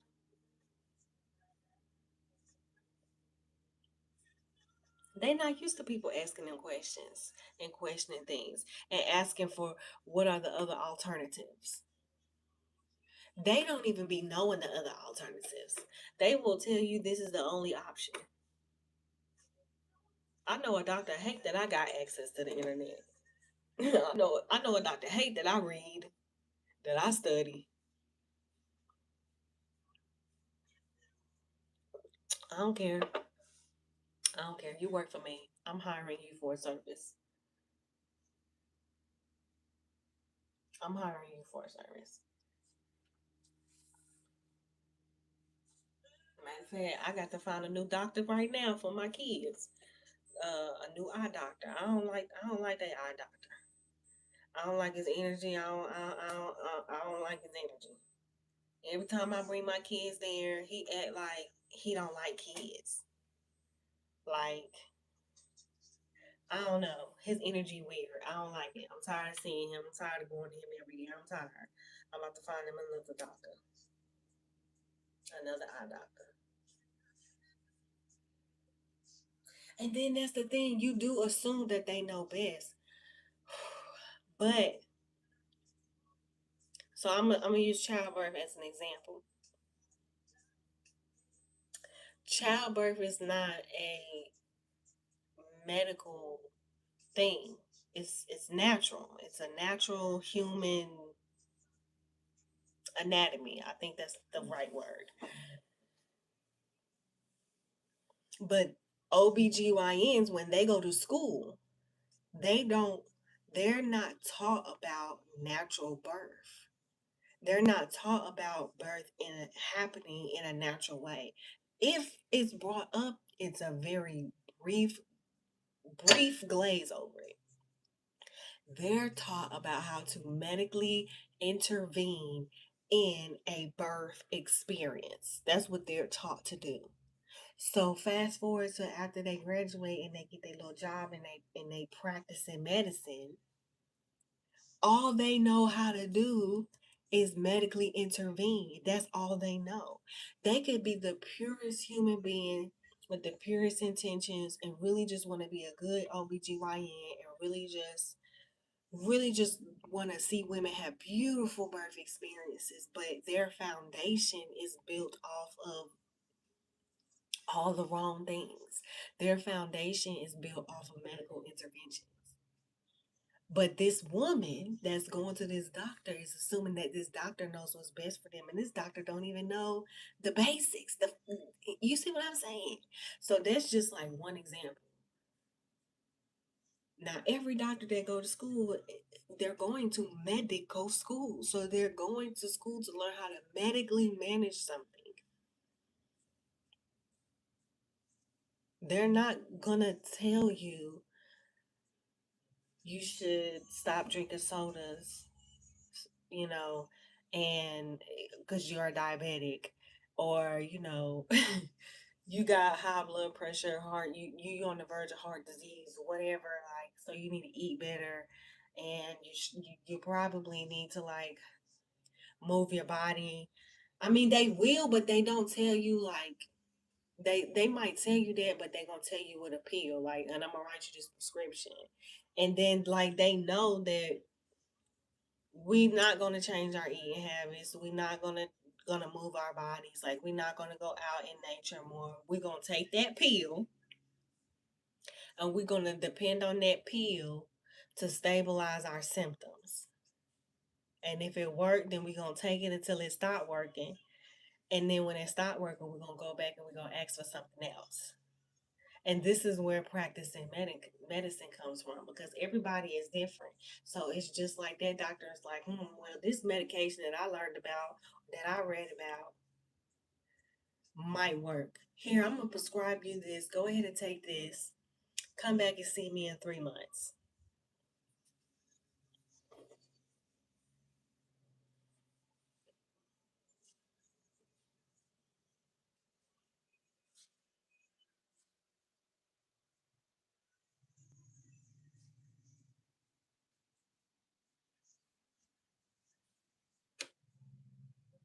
And then the thing about prescriptions is doctors be like, how can I say this? Like, okay, the people who make, you know how you be watching TV and it's always them dang on commercials about active, no, is that a yogurt activity or a yogurt or is that a medicine? I'm talking about the medicines, like all the medicines that come out. Which side note, why this is how you know it's all a scam. Because why do medicines, and when I say medicines, I mean like pills, why are there commercials? Have y'all ever thought about that? Why are there commercials for heart medicine or psoriasis medicine? Like, why are they advertising that?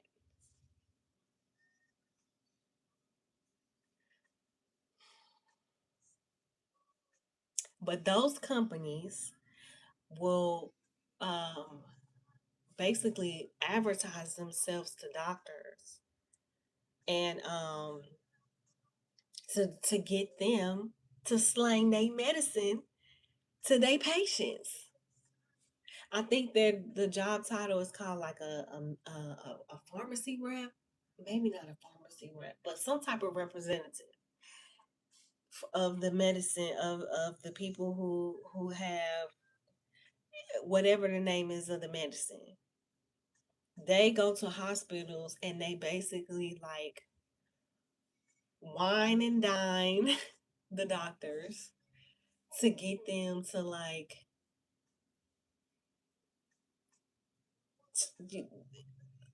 sell their medicine. Well, I mean, basically, yeah, sell their medicine. Like,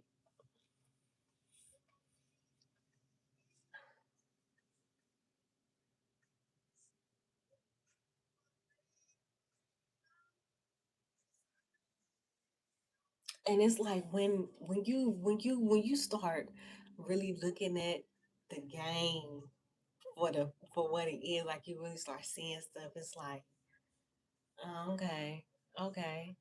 Hey, Brittany, peace goddess. Yeah, okay, all right, okay, all right, all right. So basically, I gotta heal myself because y'all never gonna heal me. Why would y'all heal me? Y'all make money off of me being sick. Hospitals are a business first.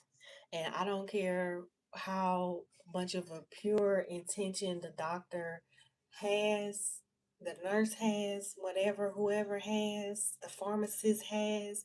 At the end of the day, they work for a system that's built, whose foundation is business first. And they ain't making no money sending people home happy and healthy. They ain't making no money letting that woman have that natural birth. Because then what is she there for? Think about it. What is the woman at the hospital for if she gives birth naturally?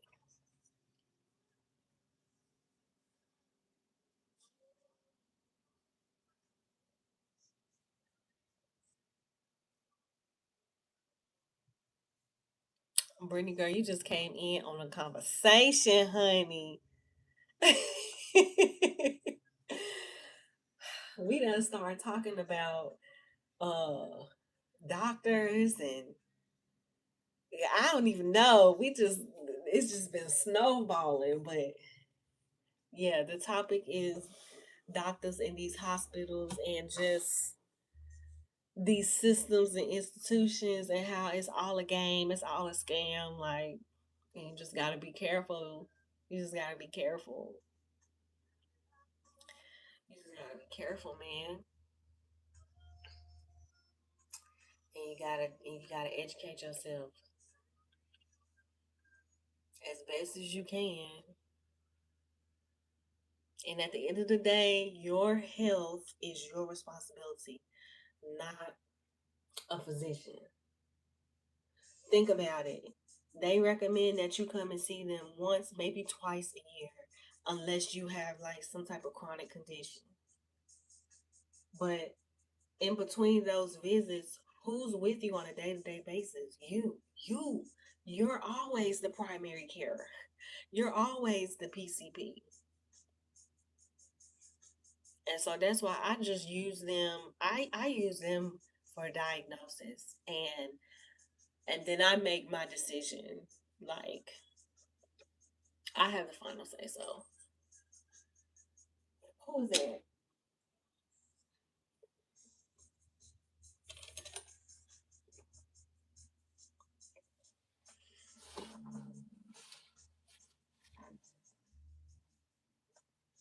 You can do it, Misty.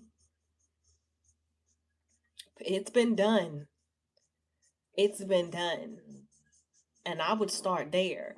If I was in your shoes, I would start there. I would start with finding as many to the internet. Let me tell you something about the internet. The internet is a blessing and a curse for them.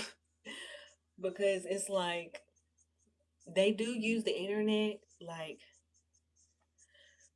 to keep us down, but at the same time it's a tool that really can lift us up if we use it properly. But if that were me, I would start with mentally rewiring my brain by looking up, finding people and hearing their testimonies and hearing their story, like their real story, like their symptoms, the before, all of that, and like what they did, how they did it, the process it went through, and where they at today.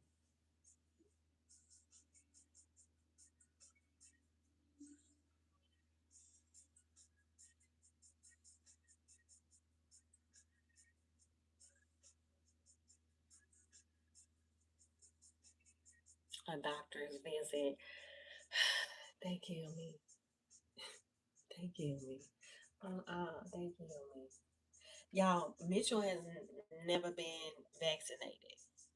And when he was a baby, I was taking him to his doctor's appointments. And when I tell y'all, the only point of them dang on doctor's visits is to get your dang on shots. I cannot begin to tell you how dry the appointments were. Like, I would go there and they would do like the vitals, like measure the head, the length of all of that stuff.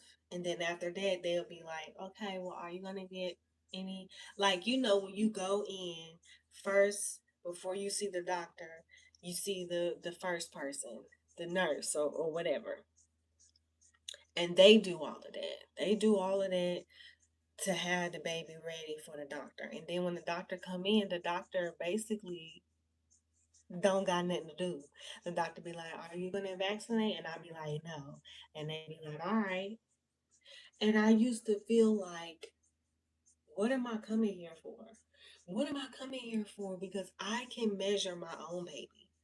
Like, I can buy the same thing y'all ain't doing nothing that I can't do myself.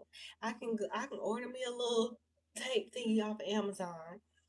I can check his temperature. I can do all of this stuff. What am I coming here for? I don't need to come here unless he's sick and I don't know what to do. That's when I can come to you. And after a while, I just stopped going because there was no point. I'm not letting y'all vaccinate him, so that's clearly that's all y'all want to do. That's the only reason why y'all really want to see him, and so y'all can get these shots and y'all can get paid. Because again, are they making money? Are they really making bread by just measuring the length, the head circumference, you know, stretching his little arms and his little legs, tapping on his chest, listening to his heartbeat? Is that how the doctor get the big bucks? I don't think so. I don't think so. I don't think so.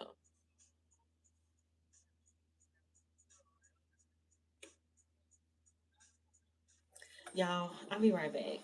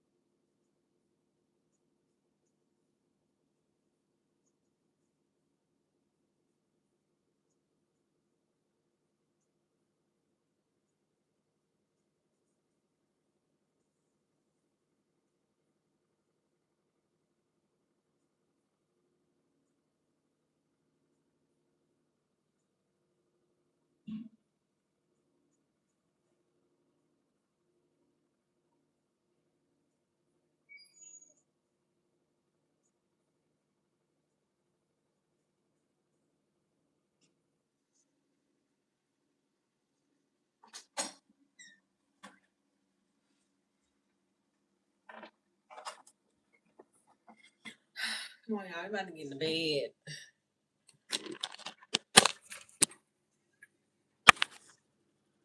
Get in the bed, baby.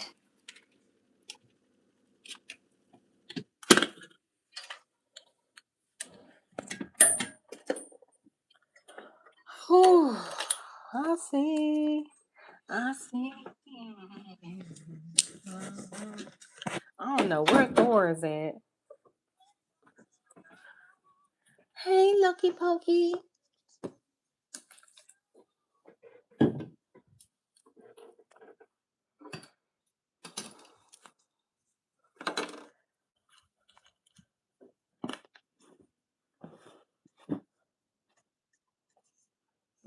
To a page where her diary is. From her lover, I suppose. Tired of picture books.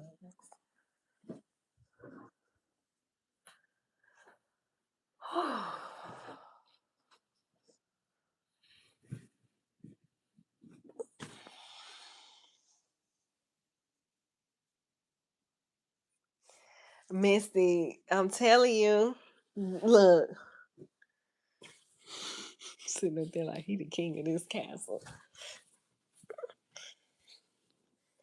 I wish I could say that he don't run this, but the proof is in the pudding.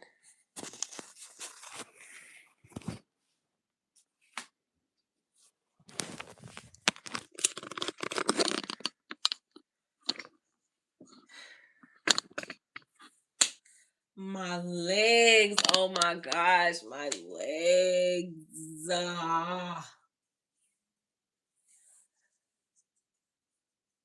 Oh, for real.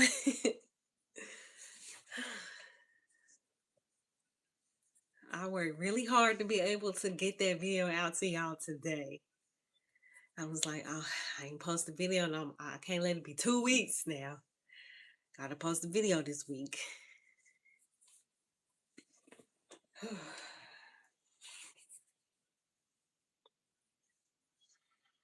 I made it a mission before I left to go to work today. I was gonna get that dang on video uploaded and scheduled. And I did it. I'm proud of myself.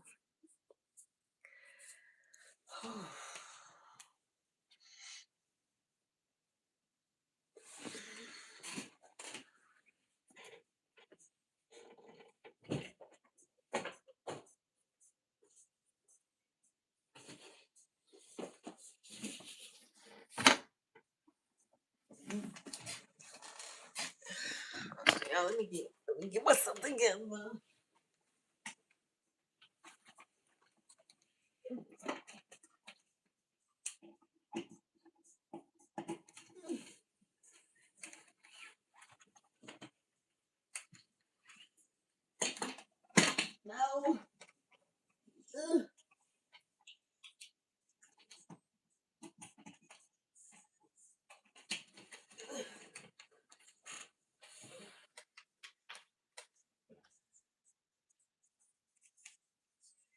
You think about.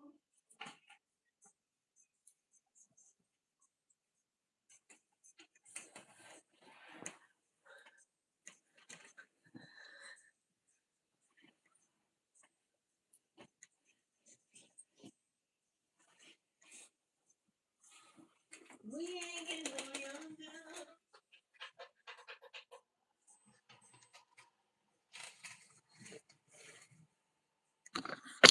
Okay, y'all.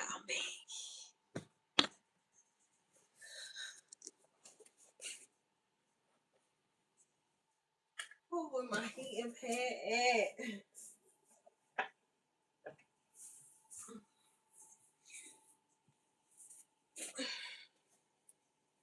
I gotta elevate my feet, my legs.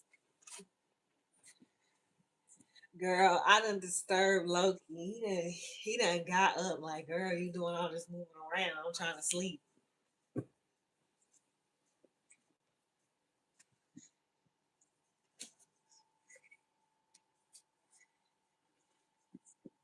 He don't like when I be doing all that moving around. He be like, girl, stay still.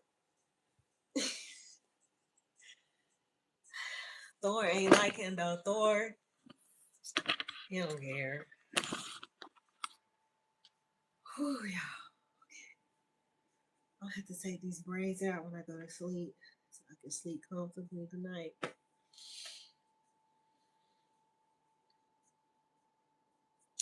Yes, y'all, Brendan has officially gotten to the point where he doesn't really want to be in the videos anymore. So I was doing my best to like edit the video, but edit him out. So it's literally about to be just Mitchell. Let me see if I can make this a little brighter.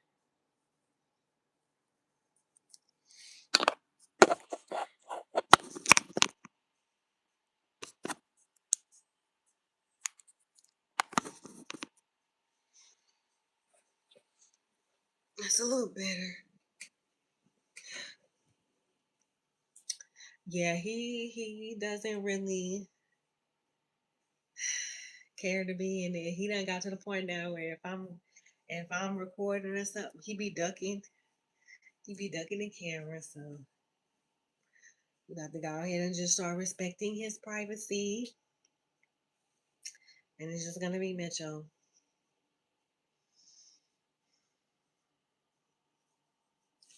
Oh, I hate that. You need to be on my legs.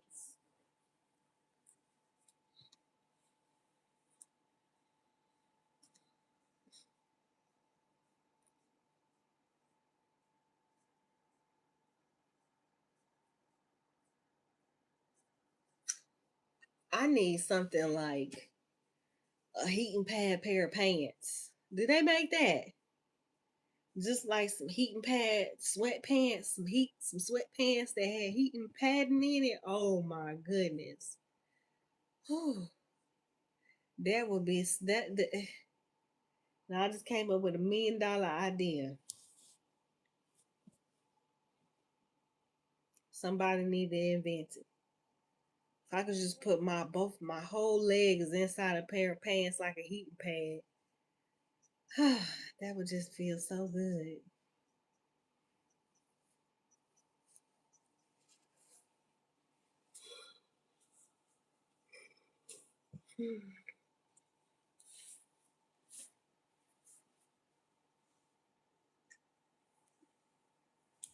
Forever, forever, forever.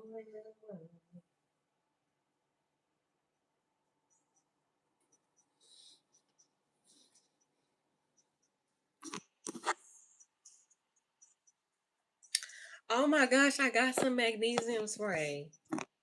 Well, it's all the way over there.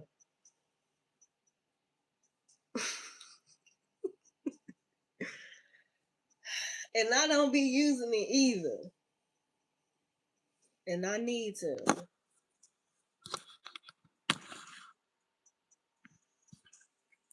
It's 11:32.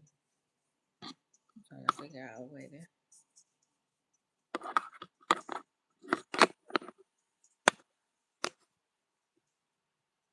Oh shoot now. It's 11:32 at night.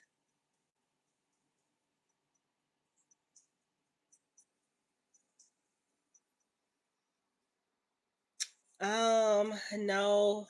I mean, I might make a little something, but I ain't cooking. Um, mm.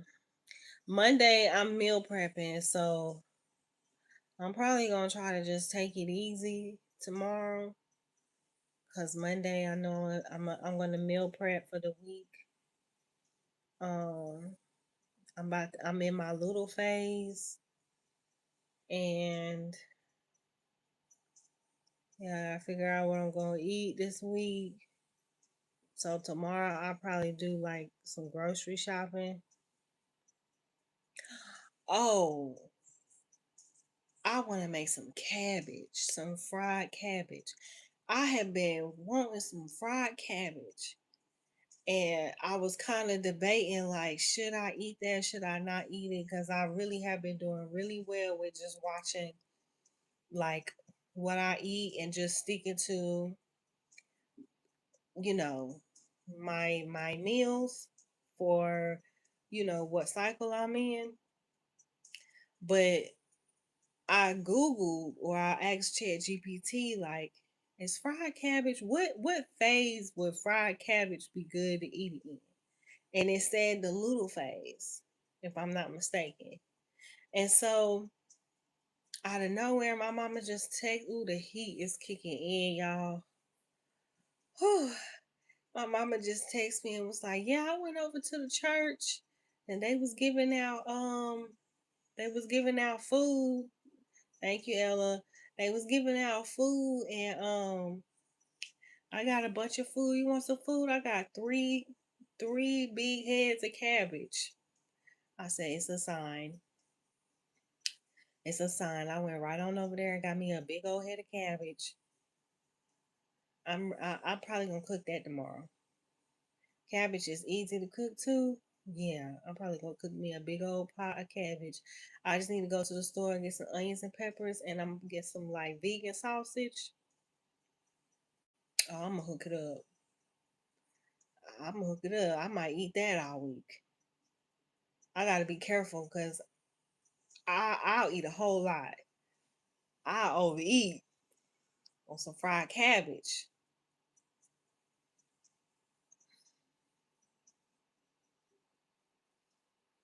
But y'all, so I just got out of my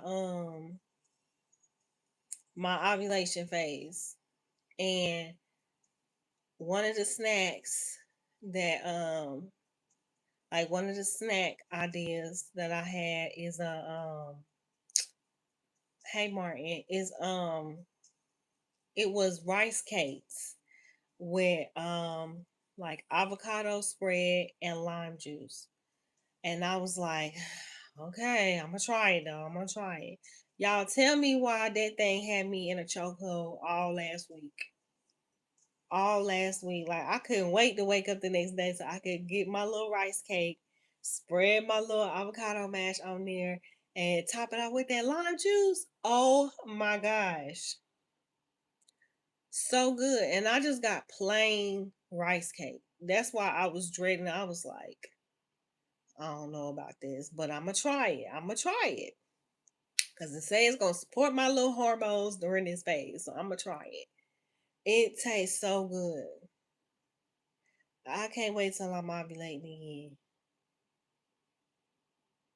So freaking good. I get the rice cake and then I put the lime juice on the rice cake and then I'll spread the avocado on there and then I put more lime juice on top of it.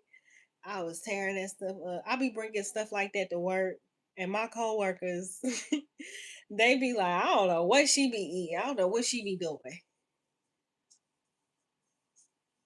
My one of my coworkers asked me today, they was like, what you eat for breakfast? You ate breakfast already? I said, yeah. What you eat for breakfast? I said, I had a banana with some almond butter. And he looked at me and he was like, I'm not even about to play around with you. I said, I don't even know why you asked me. I don't even know why you asked me what I ate for breakfast? Knowing good and well, I be coming up in there with them green juices that y'all be seeing me making the videos. I be bringing them to work. I sure do. I be bringing them to work, and they be looking at me like, you know how somebody be looking at you and they be thinking something, but they don't say nothing. And they try to just keep moving on, but it be really catching them off guard when they first started seeing me bring my little green juice.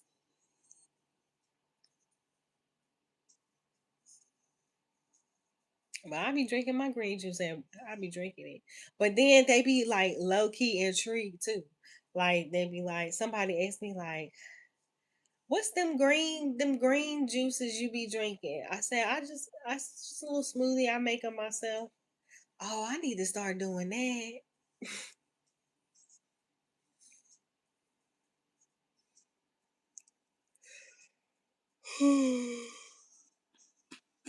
Are you talking about this?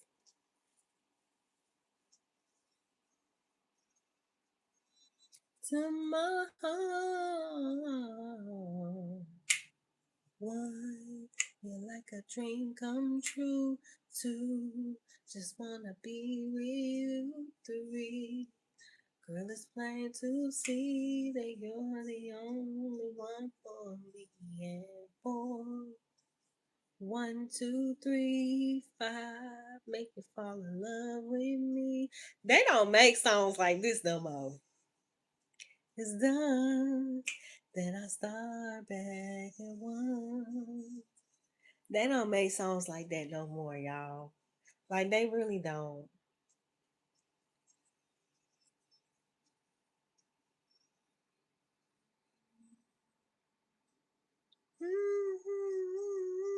Into this lonely heart of mine. But yeah, Misty, I love cabbage too.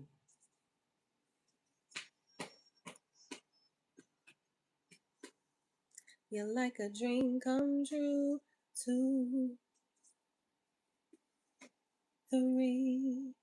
Girl, it's plain to see that you're the only. I was watching Martin the other day, and it was the episode when Martin proposed to Gina, and Brian Knight came out and was singing. Y'all remember that? It's time that I start back alone. I'm almost done with Martin. Excuse me. I'm almost done with Martin. I don't know what I'm gonna watch after I finish watching Martin.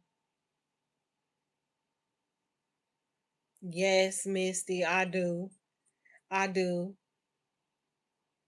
I do.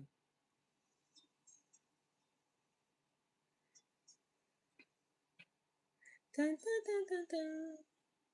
Dun, dun, dun. I want to. I should go back and watch that vlog. I have not watched that vlog since I edited. A lot of times, I just edit it, and then after that, I don't ever watch them again. Every now and then, I watch some old vlogs, but for the most part, I don't rewatch the vlogs. I bet you that it's probably a hilarious vlog.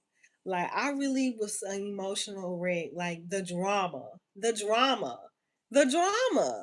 like the drama, honey. I was over there breaking down, thinking it was a dang on rat, or some kind of mouse or something. All for it to be a dang on bird at the end of the day, and. The drama, y'all. I was so dramatic. I just remember like being on the phone with my mama, like, I can't do this. This is it. I just can't do this. I just can't do this. I really thought it was a whole mouse in the house. I was ready to live in my car. Do you hear me? I was ready to pack it up and let the mouse have the rest. I was ready to abandon the apartment. So dramatic. So freaking dramatic. All for it to turn out to be a bird. And baby, do you remember when the dang on bird? Do you remember when the dang on bird got out and was loose in the house?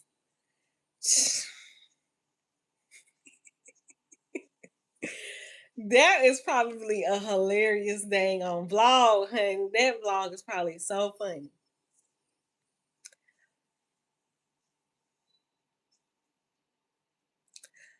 Brenda, I don't know how much good luck it was or bad luck for the bird because the bird flew in the dryer vent from outside and they was doing that for warm and they was building nests in there and somehow the dang on bird ended up all the way in the vent all the way to the dryer.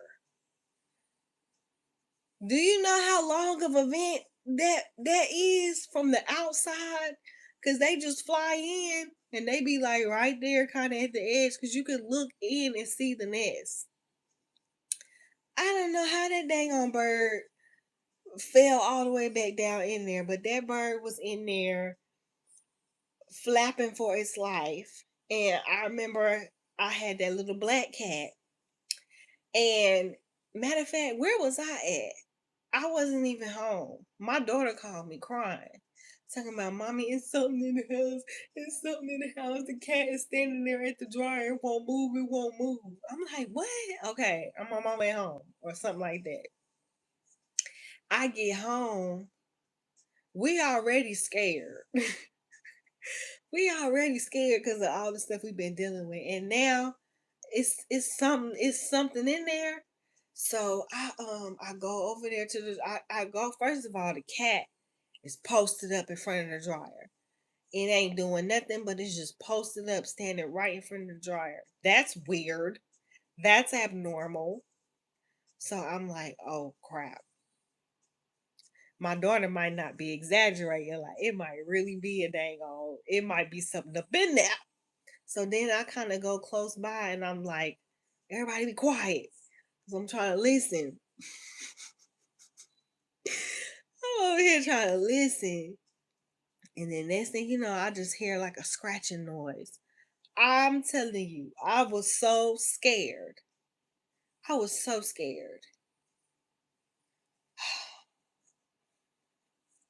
I was terrified. And that's when the panic and the drama began. And I'm pretty sure that time I blew maintenance. I blew their phone up. Y'all gonna come today. Normally when I call and I put a work order in, y'all be making me wait days, weeks. Y'all coming today. I'm not playing.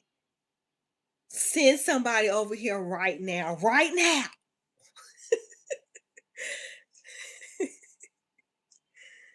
Send somebody in here. And to this day, the one of the maintenance men that came and helped me out and caught the bird, the bird, he never will forget that. Every time he see me, he bring that up.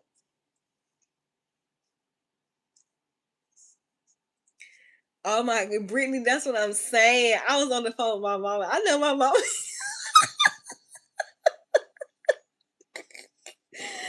I just remember being like, "Ma, I just can't do this. I just can't do this. This is it. This is the limit." It was just like a regular bird. I mean, it wasn't like a pigeon, but like a little regular little brown bird. I don't know what kind. I don't know the title of the bird, but it was just like a regular little bird. But I was going through it. I was going through it. I was really sitting there on the phone with my dang on mama thinking about what's next. Cause I just could not see me living with it. In that moment, I was just like, I can't do this. Now I done put up with a whole lot, but this is the line. This is just too much.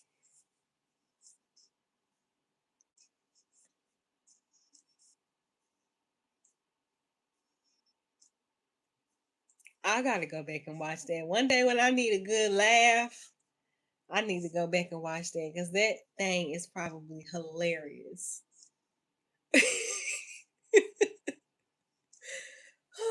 All for it to turn out to be a dang on bird, y'all. And then the bird had the nerve to get loose in the house. Jose got the bird out the house. That was crazy. I cannot make this up. But that really happened in real life. They closed my vent up too. Like one of the maintenance men put like this little guard over my vent. So that ain't happening again. But my vent is right next to the vent for my neighbors. So it's like mine is here, but it's covered up. And then like literally right here is the other one for the neighbor. And like that's the wall that separate our, like that's the line. And they like right there. Theirs is still open and birds be in and out of there. They be in and out of there. They be making they nest and stuff like that. And sometimes they'll like land by the window. Whew, girl. Them dang on cats.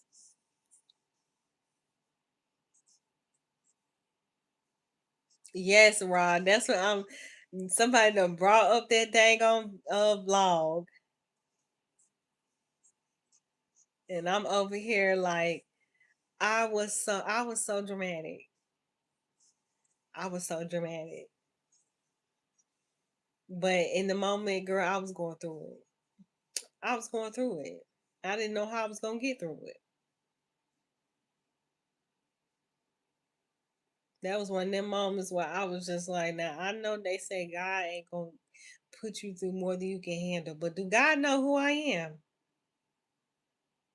I think God got me confused with somebody else. Cause this is too much. I can't handle all this.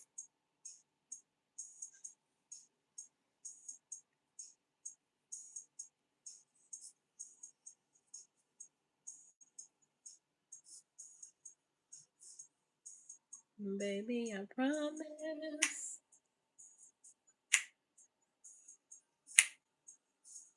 Baby, I promise that I will never leave. Hello.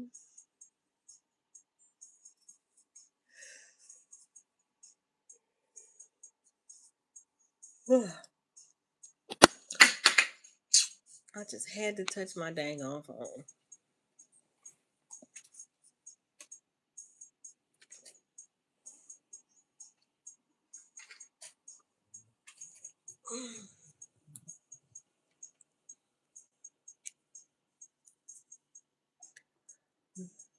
I'm probably not even gonna be able to get this thing. Okay, don't touch the phone, Crystal.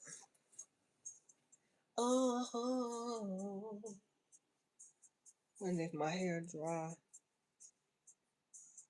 enough, I gotta take these braids out so I can lay down.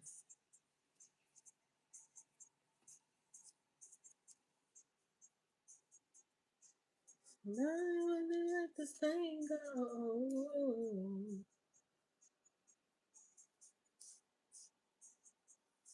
Um, no, Brenda, I have not thought about that because honestly, I don't even see myself as an expert to teach anybody anything. Like, girl, I'm still a student. I'm still a student myself. Like, I know I got a little something going on, but I feel like I ain't doing numbers like that to be advising people like, you know what I mean? Like, and it could be just me being in my head, but I really feel like I would need to be a little bit more accomplished before I could do something like that. I don't know. That's just how I feel. Like I don't know. I wouldn't even begin to know what to tell y'all. And some of that might be me like, not acknowledging some stuff like a value that I have within me, but I really do feel like I'm still a student myself. Oh, it feels so good to take these braids out. Oh,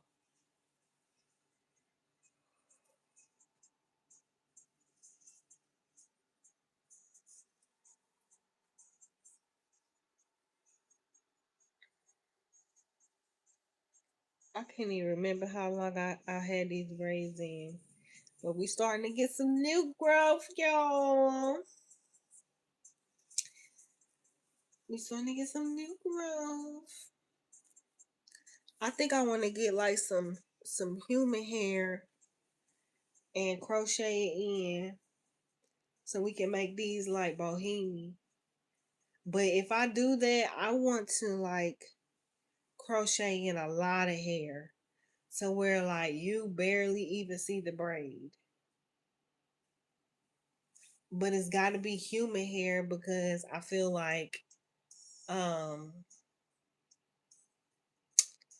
yeah, if it's not human hair, it's not gonna last. Like it's gonna get all matted up and tangled, and I want to keep my braids in for a while. But I don't know. I probably ain't gonna do that. I'm probably just gonna leave it alone. I don't know though, y'all. It's about to be June. It's about to be freaking June, man. My kids is about to graduate. Like my daughter getting ready to graduate from high school. Brittany is getting ready to graduate from middle school. I'm about to have to go to two graduations in 1 week.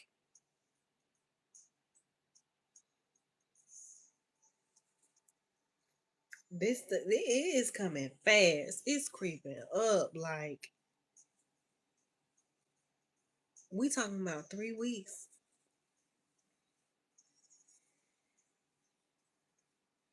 I don't feel like getting emotional, but I'm telling you,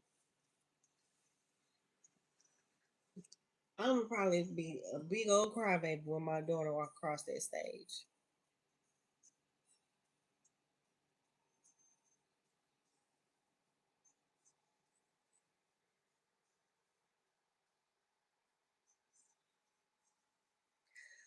I just don't want her to be an adult.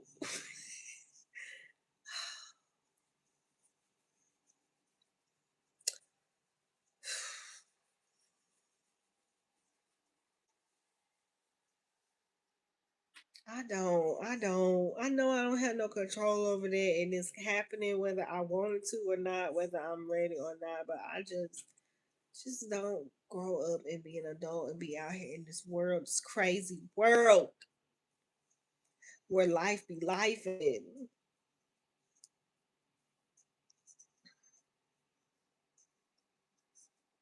I wish they could just stay little kids forever. Okay, maybe not forever, but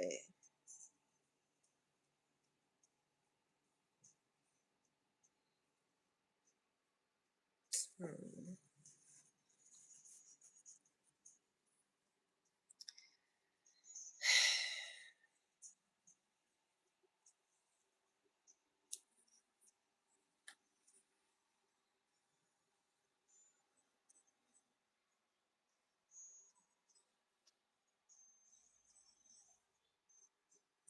Well, thank you, Brenda, for believing in me. Hey, Pooh Bear.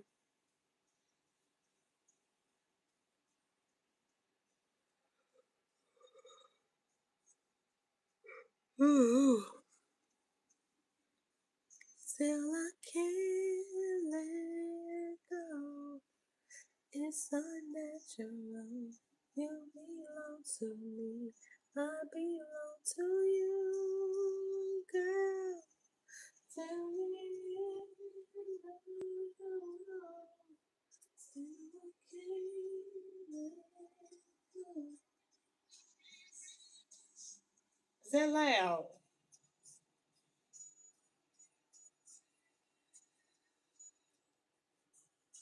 Girl, I'm here for you. I love me some boys to men. Like, they was singing. They sang back in the day, man. Mhm. Is my music loud? Can y'all hear it?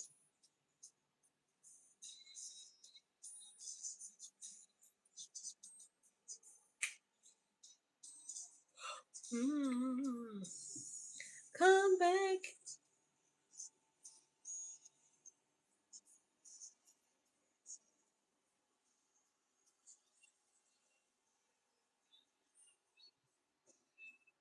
Baby, just don't let me down. Go to the end of the road.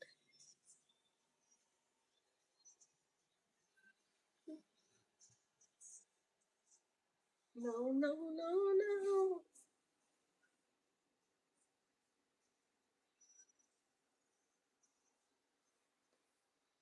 Y'all, we really been kicking it tonight.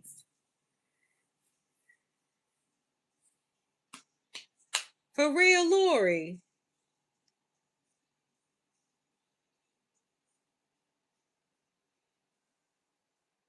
To the end of the road. Good night, Brenda.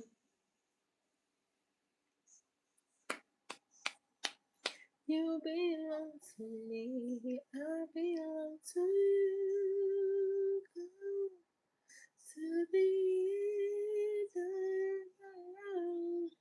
So I can't let go. No, no, no, no, no, no, no, no. Oh, my legs are starting to feel better, y'all.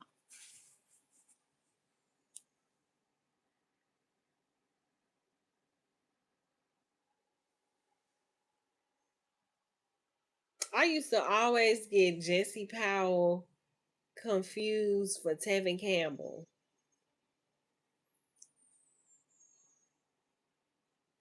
Like, I don't know why when I was little, I used to think that girl, give me a topic. I'm on the road tonight.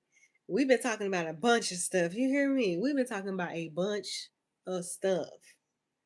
Give me a topic because I'm on the road tonight. But when that song came out, You by Jesse Powell, I used to think that was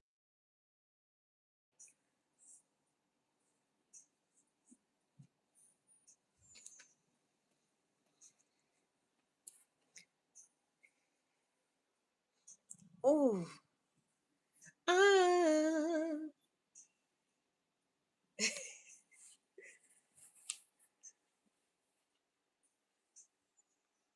let's hear this call this day. Our anniversary.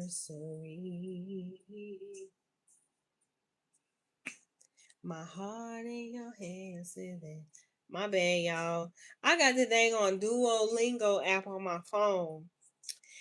Cause I'm trying to commit. I am committing, not trying. I have committed back to learning Spanish using this dang on app. Or this is one of the ways. And so Duolingo got it now set up where like you can block apps. So you can block apps and then you cannot access the apps until you do a certain amount of lessons and you get to decide. So I got mine set up to where I can I only have to do one lesson. So at midnight, when it's technically the next day, my YouTube app blocked, like it got blocked. That's what happened. So I had to go take the block off and then hop back on the live. Oh, hold on.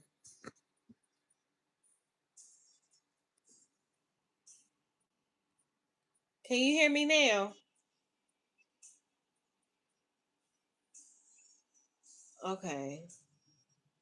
Well, I basically was just explaining what happened, and I was saying that I got the Duolingo app, and it's set up to where like you can block apps every day until you do a lesson, and then that'll unlock the app. So it's midnight, and YouTube is one of my apps that I have blocked. So that's what happened, y'all. I had to. You can't hear me, Lori. Maybe go back out and come back in.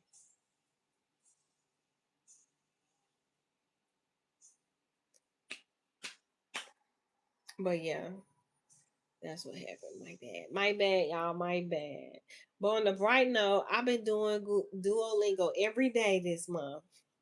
I'm on my way towards a 30-day streak or 31 days.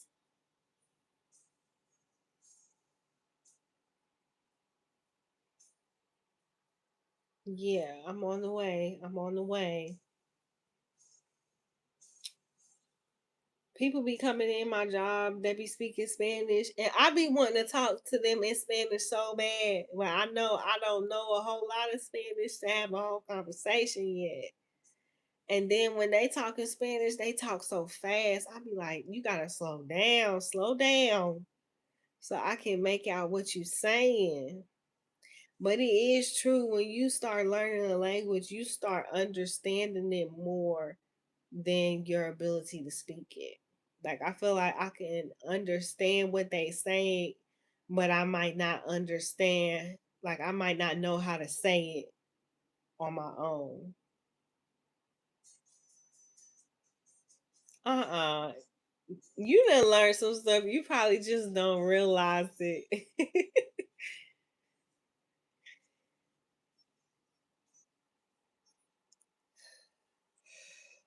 Oh man.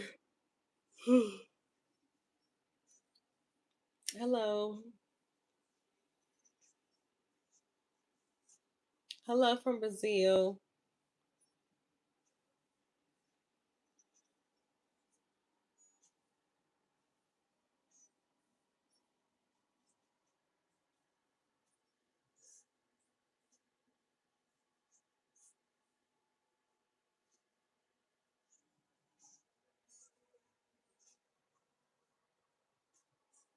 Rob, what's the topic?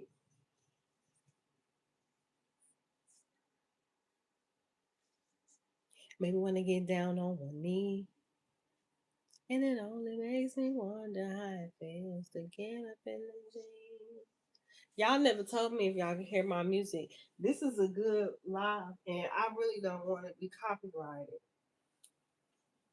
Because if I'm copyrighted, then I'm not going to be able to save the live.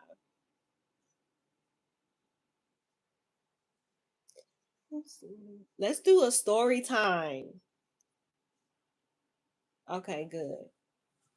Yeah, let's do a good story time.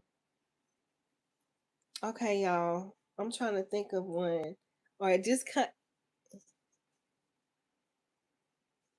If it's really low, it won't catch it. Like sometimes it could be just low enough for y'all to like barely hear it, and it won't catch it. So as long as y'all, I guess y'all just don't hear it like loud and clear, I'll be good.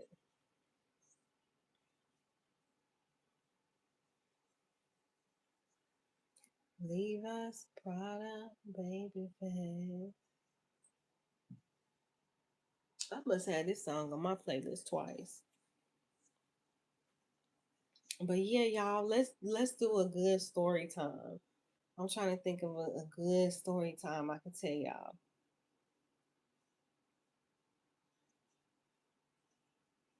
I got so many stories.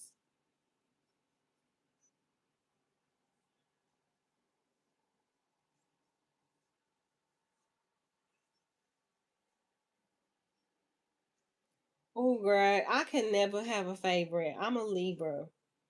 I cannot choose.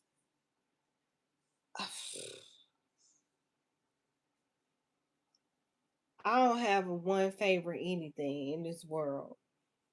I don't. I can never choose. I'm the type of person where you gotta just pick the movie, you gotta pick the restaurant, like you gotta just pick it. Because if you ask me, it's just too much. It's just too much for me to weigh out before I can make a decision.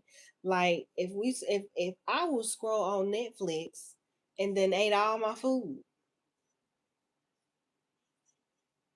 I need to get into the habit of doing that, just going with the first thing that I think of.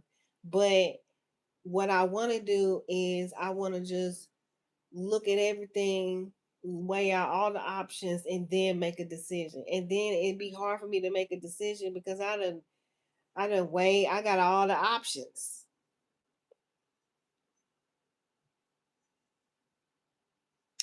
Who have I seen in concert? I have not been to a concert since I was like in middle school. I don't think I went to any concerts in high school. But when I was in middle school, I went to like it's a radio station out here that do like um something like a summer jam every year, and then it'd be like different artists come. So I think I went to like two of those in my life. Um but I used to be so in love with Lil Bow Wow. I used to be so freaking in love with Lil Bow Wow, y'all. When I was in middle school, you know how you write your first and your last name on the paper? I would write my first and last name, and then I would write his last name on my school papers, y'all. On my school paper, I used to just be so freaking. I was a little Bow Wow fan, like up and down, all the way around, honey. Y'all remember back in the day when we used to get magazines and they would have like pictures, and you would rip the picture out the magazine, and put it on the I would put them on my wall. Like when I was a teenager, I had my whole wall was covered with just pictures of music of musicians, of artists, like everybody. And then I had one special wall. This is so embarrassing. I had one wall that was just dedicated to Lil Bow Wow. I had anytime I found a picture of him in the magazine, anything, I would cut it out, rip it out, and I would hang it up on that wall. Big posters, like all of that stuff. And so, anyways, I say all that to say, like, I remember one time, either he was, either I went to just like his concert. I don't think it was like his concert. I think he was like a guest in the little like summer jam thing I was talking about. I started crying. When he got on the tag on stage, I just started crying. And I was just like, why am I crying? I'm just too emotionally invested at this point. Like, why are you crying? But that's the last time I've been to a concert, honey. I haven't been to a concert since. And I don't got nothing against concerts. I just haven't been to one.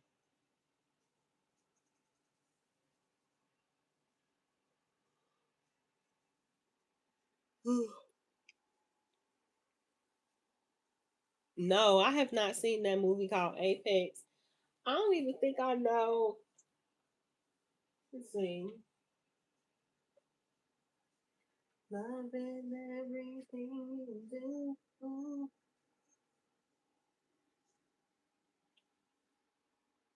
And girl, I feel like it's the first time every time we here together.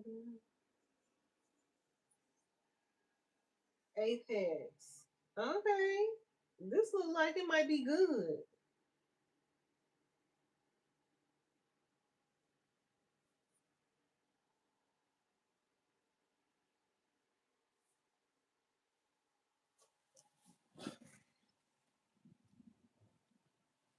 This looks like it might be good. Ooh.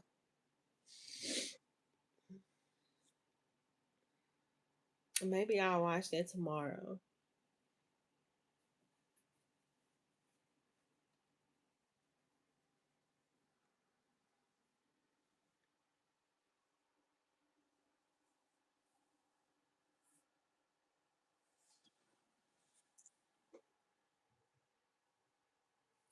Butterfly in the sky.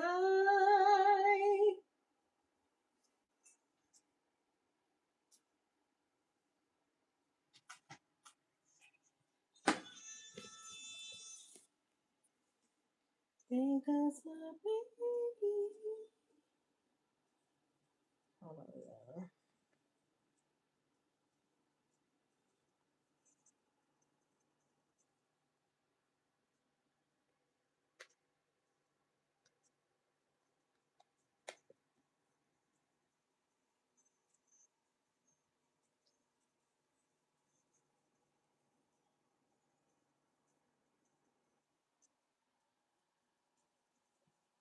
Okay, I'm pretty sure Jill Scott is gonna put on a great show.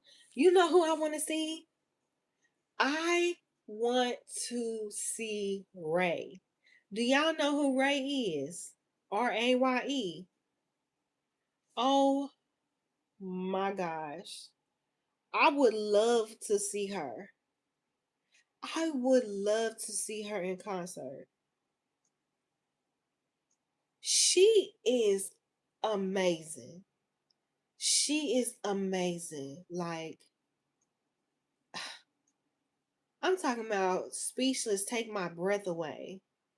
Take my freaking breath away. And she's such a musician. Like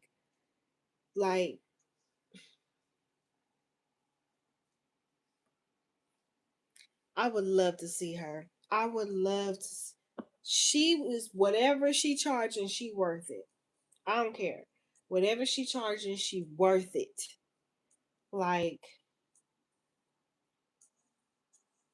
I, I'm obsessed with her. I am. I be watching like her on YouTube, and I just ugh. Oh my gosh, I didn't even know she did a Tiny Desk. I love Tiny Desk. I am out the loop of Tiny Desk. But 'cause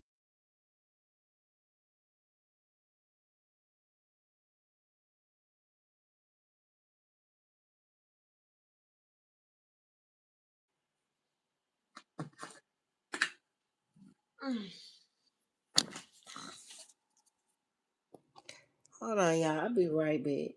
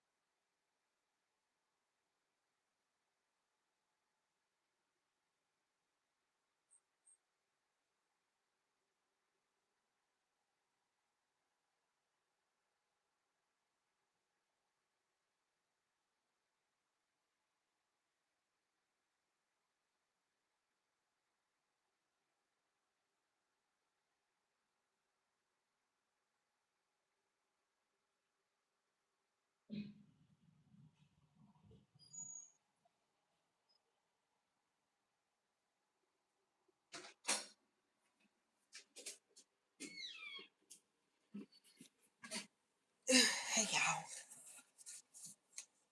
I just deleted the whole dang on Duolingo app because they get on my nerves. Now I done told them, I done told you.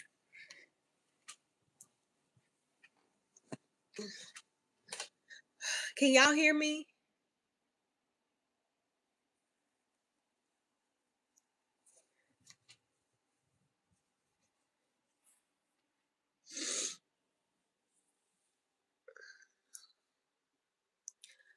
Good night, Lori. Thank you for hanging out.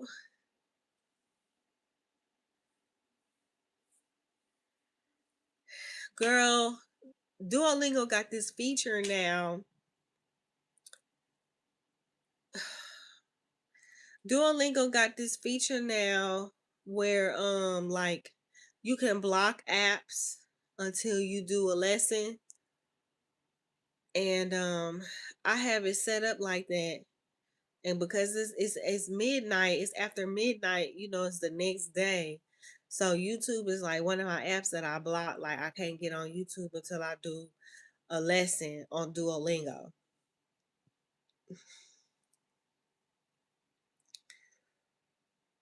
But in regards to what you were saying, you got to be careful with these apps. Yeah, you're right. You're absolutely right. It's like we just can't have nothing. Like nothing is at face value. Like nothing just is what it is. Like it's always a dark side. It's always like some ulterior motive that you don't even know about, but it's disguised in like something that could be beneficial. It could help you. Like I'd be tired. I'd be so tired and drained and exhausted of stuff just being like that in life. Like, God, good grief. Good grief, man. I'm just trying to learn Spanish and hold myself accountable. And one way I know I do it is like you blocking my little apps.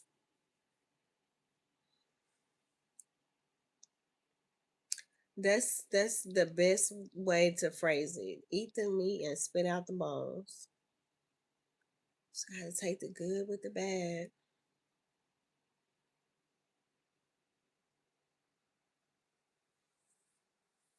Take the good with the bad. But yeah, we was talking about Ray and how much I would love to see her in concert. Golly, I knew I when when I seen her the first time I seen her get on stage barefoot. I said, "This is something different right here." And I know she's on. I think she is on tour right now. I think it already started, but she went on tour with her sisters. That is so dope. Like all of them can sing. All of them can sing, but she really, she got something so magical about her, like on some sinners, old dude with the guitar type of level. Like, man. Oh, let me stop. I'm about to mess it up again.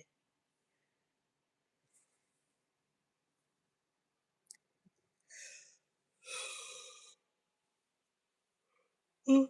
Mm.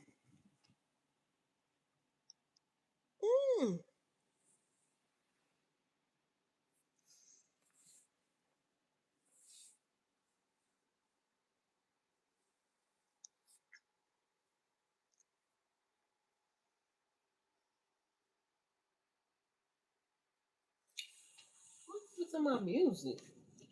It's all quiet.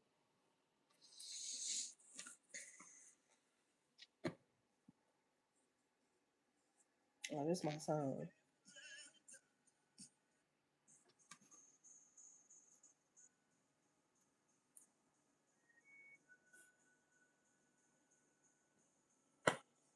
All right. Mm-hmm.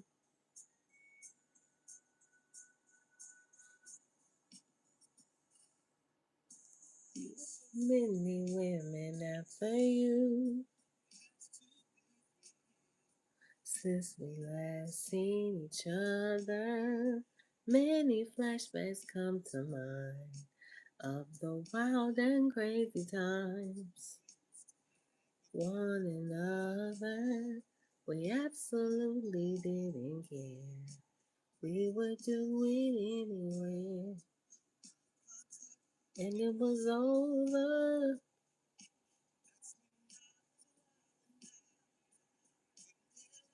Oh yeah, Tiny Desk.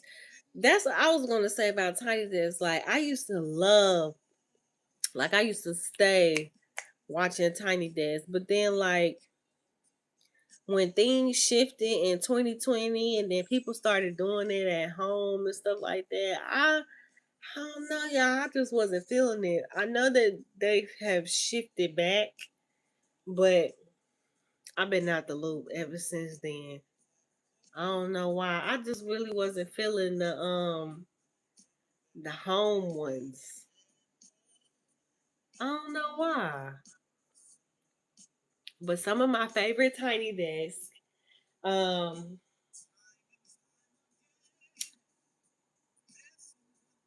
Sir, I like his Tiny Desk. Saba, love his. Erica Badu, I love her Tiny Desk. Um, I like her. Girl, you listen to Flatbush Zombies.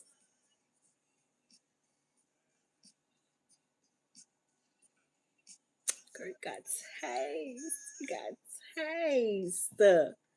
Yes. Okay, I'll be honest. I haven't listened to Rakim, but I started reading his autobiography, and that man, I already know. Even though I haven't listened to his music, I already know he's one of them ones. He's one of them ones. He's one of them ones because I gotta go and check that back out from the library again and finish reading it. I had checked that book out and I had checked DMX autobiography at the same time. And I was just hooked on DMX autobiography. Oh my gosh.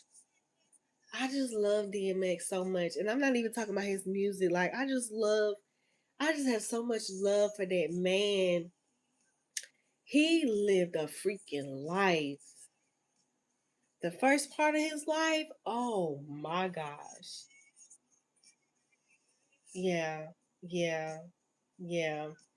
But I was so deep into that, I didn't finish reading Rakim and I had to return the books back. Um, but I really like Rakim book because his book was like it was like an autobiography mixed with uh um like a knowledge like um like a learning book, like a teaching book. That's a smart man. I want to finish reading his book. Like that's a smart man. I love a good stimulating intellectual conversation.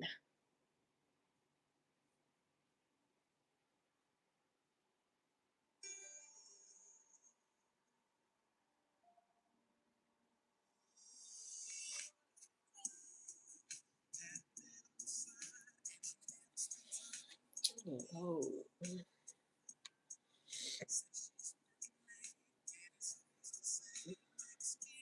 what is on my mind? But Ron, you like Flatbush Zombies. Okay, you know who I love? I think we might have talked about this before. I freaking love the underachievers. I know you know who they are if you know who Flatbush Zombies is. I love the underachievers up and down. Them is my guys. I was just listening to them the other day.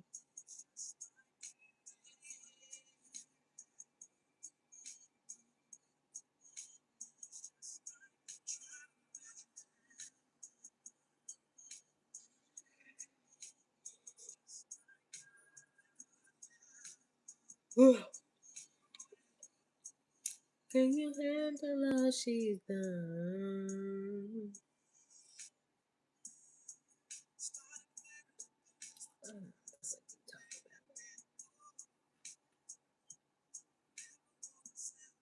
I always wanna go down on the low.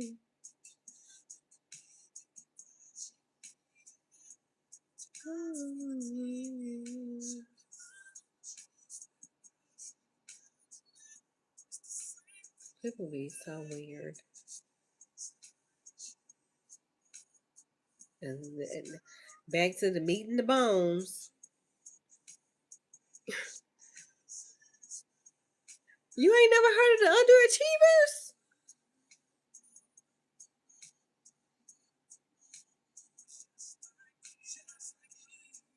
Okay.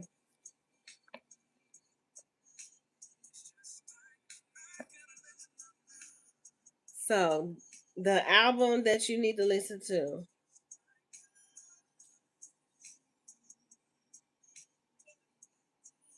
they got a lot out, but when it comes to first time impressions,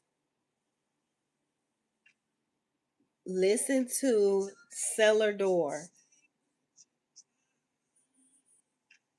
If you don't like Cellar Door, then you just not gonna they not for you. But listen to Cellar Cellar Door by the Underachievers.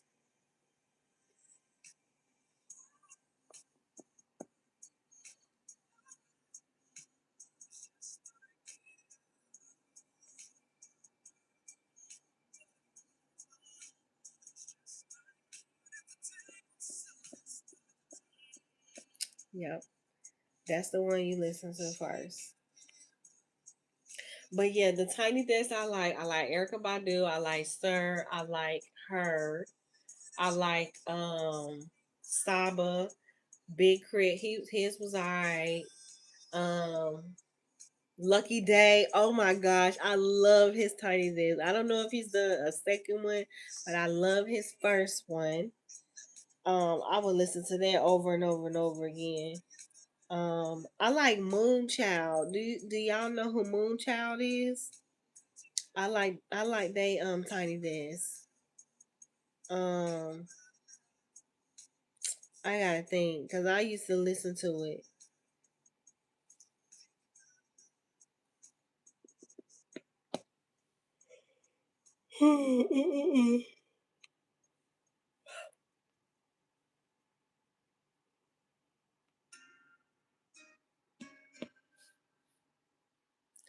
Dun. Somebody had mentioned the Kevin Hart roast. No, I did not watch that. I don't like roast. I don't even know what is going on behind the scenes to where they brought that back. Because I remember back in the day, like they used to have that show on what was it, VH1? I forgot the name of that show, but they used to have that show on there, and like celebrity roast or something like that. I don't know what's up with that. I don't know what that's about, but I'm not with that. I don't get any entertainment out of watching. Like I remember Flavor Flav was on there, and I remember I don't know if he was the first one, but he was on there, and it's just like people just be going up there and they just be taking it too far. They be taking it way too. I don't like it. I'm not with it. I'm not with it. So when I seen that special on Netflix, it did not interest me at all. No, thank you. I don't want to watch it. Um, George is that how you say her name? Georgia Smith, Jorja. I liked her Tiny Desk too.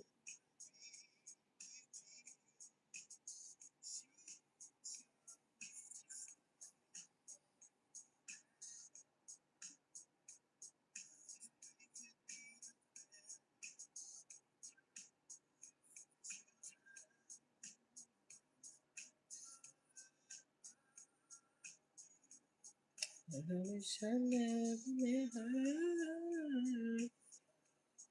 Oh my gosh. Do y'all know Baby Rose? Baby Rose Tiny Desk. I used to love her Tiny Desk too.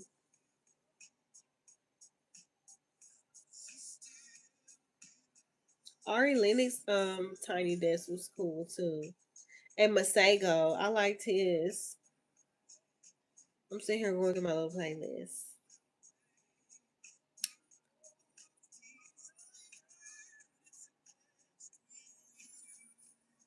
I like No Names first Tiny Desk.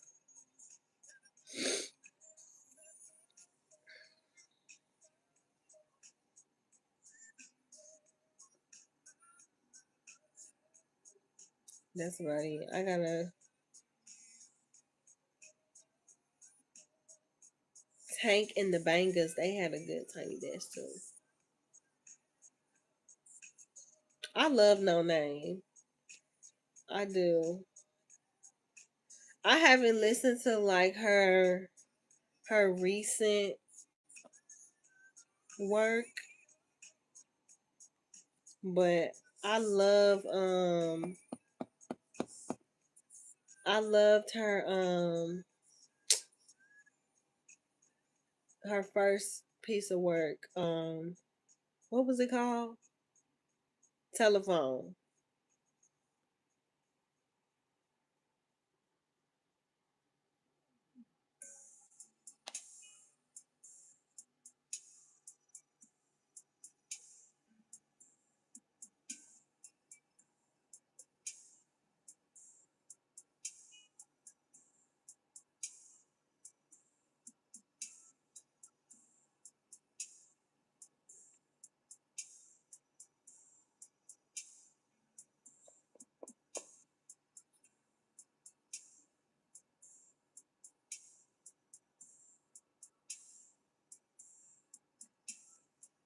I wanna make it sing.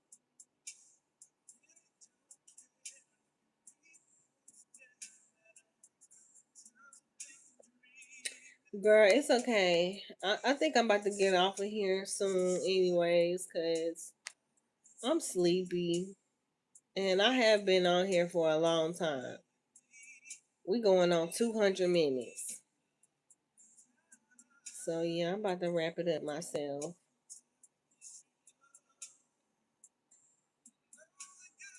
I gotta be the one you love.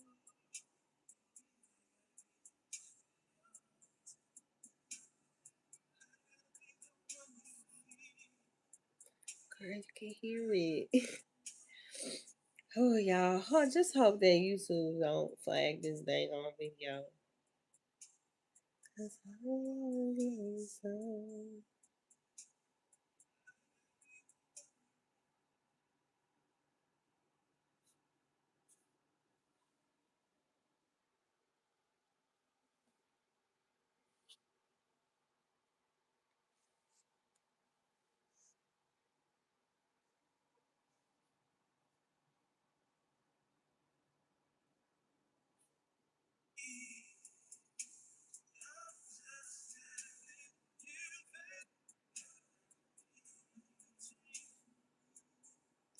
Starting a life together.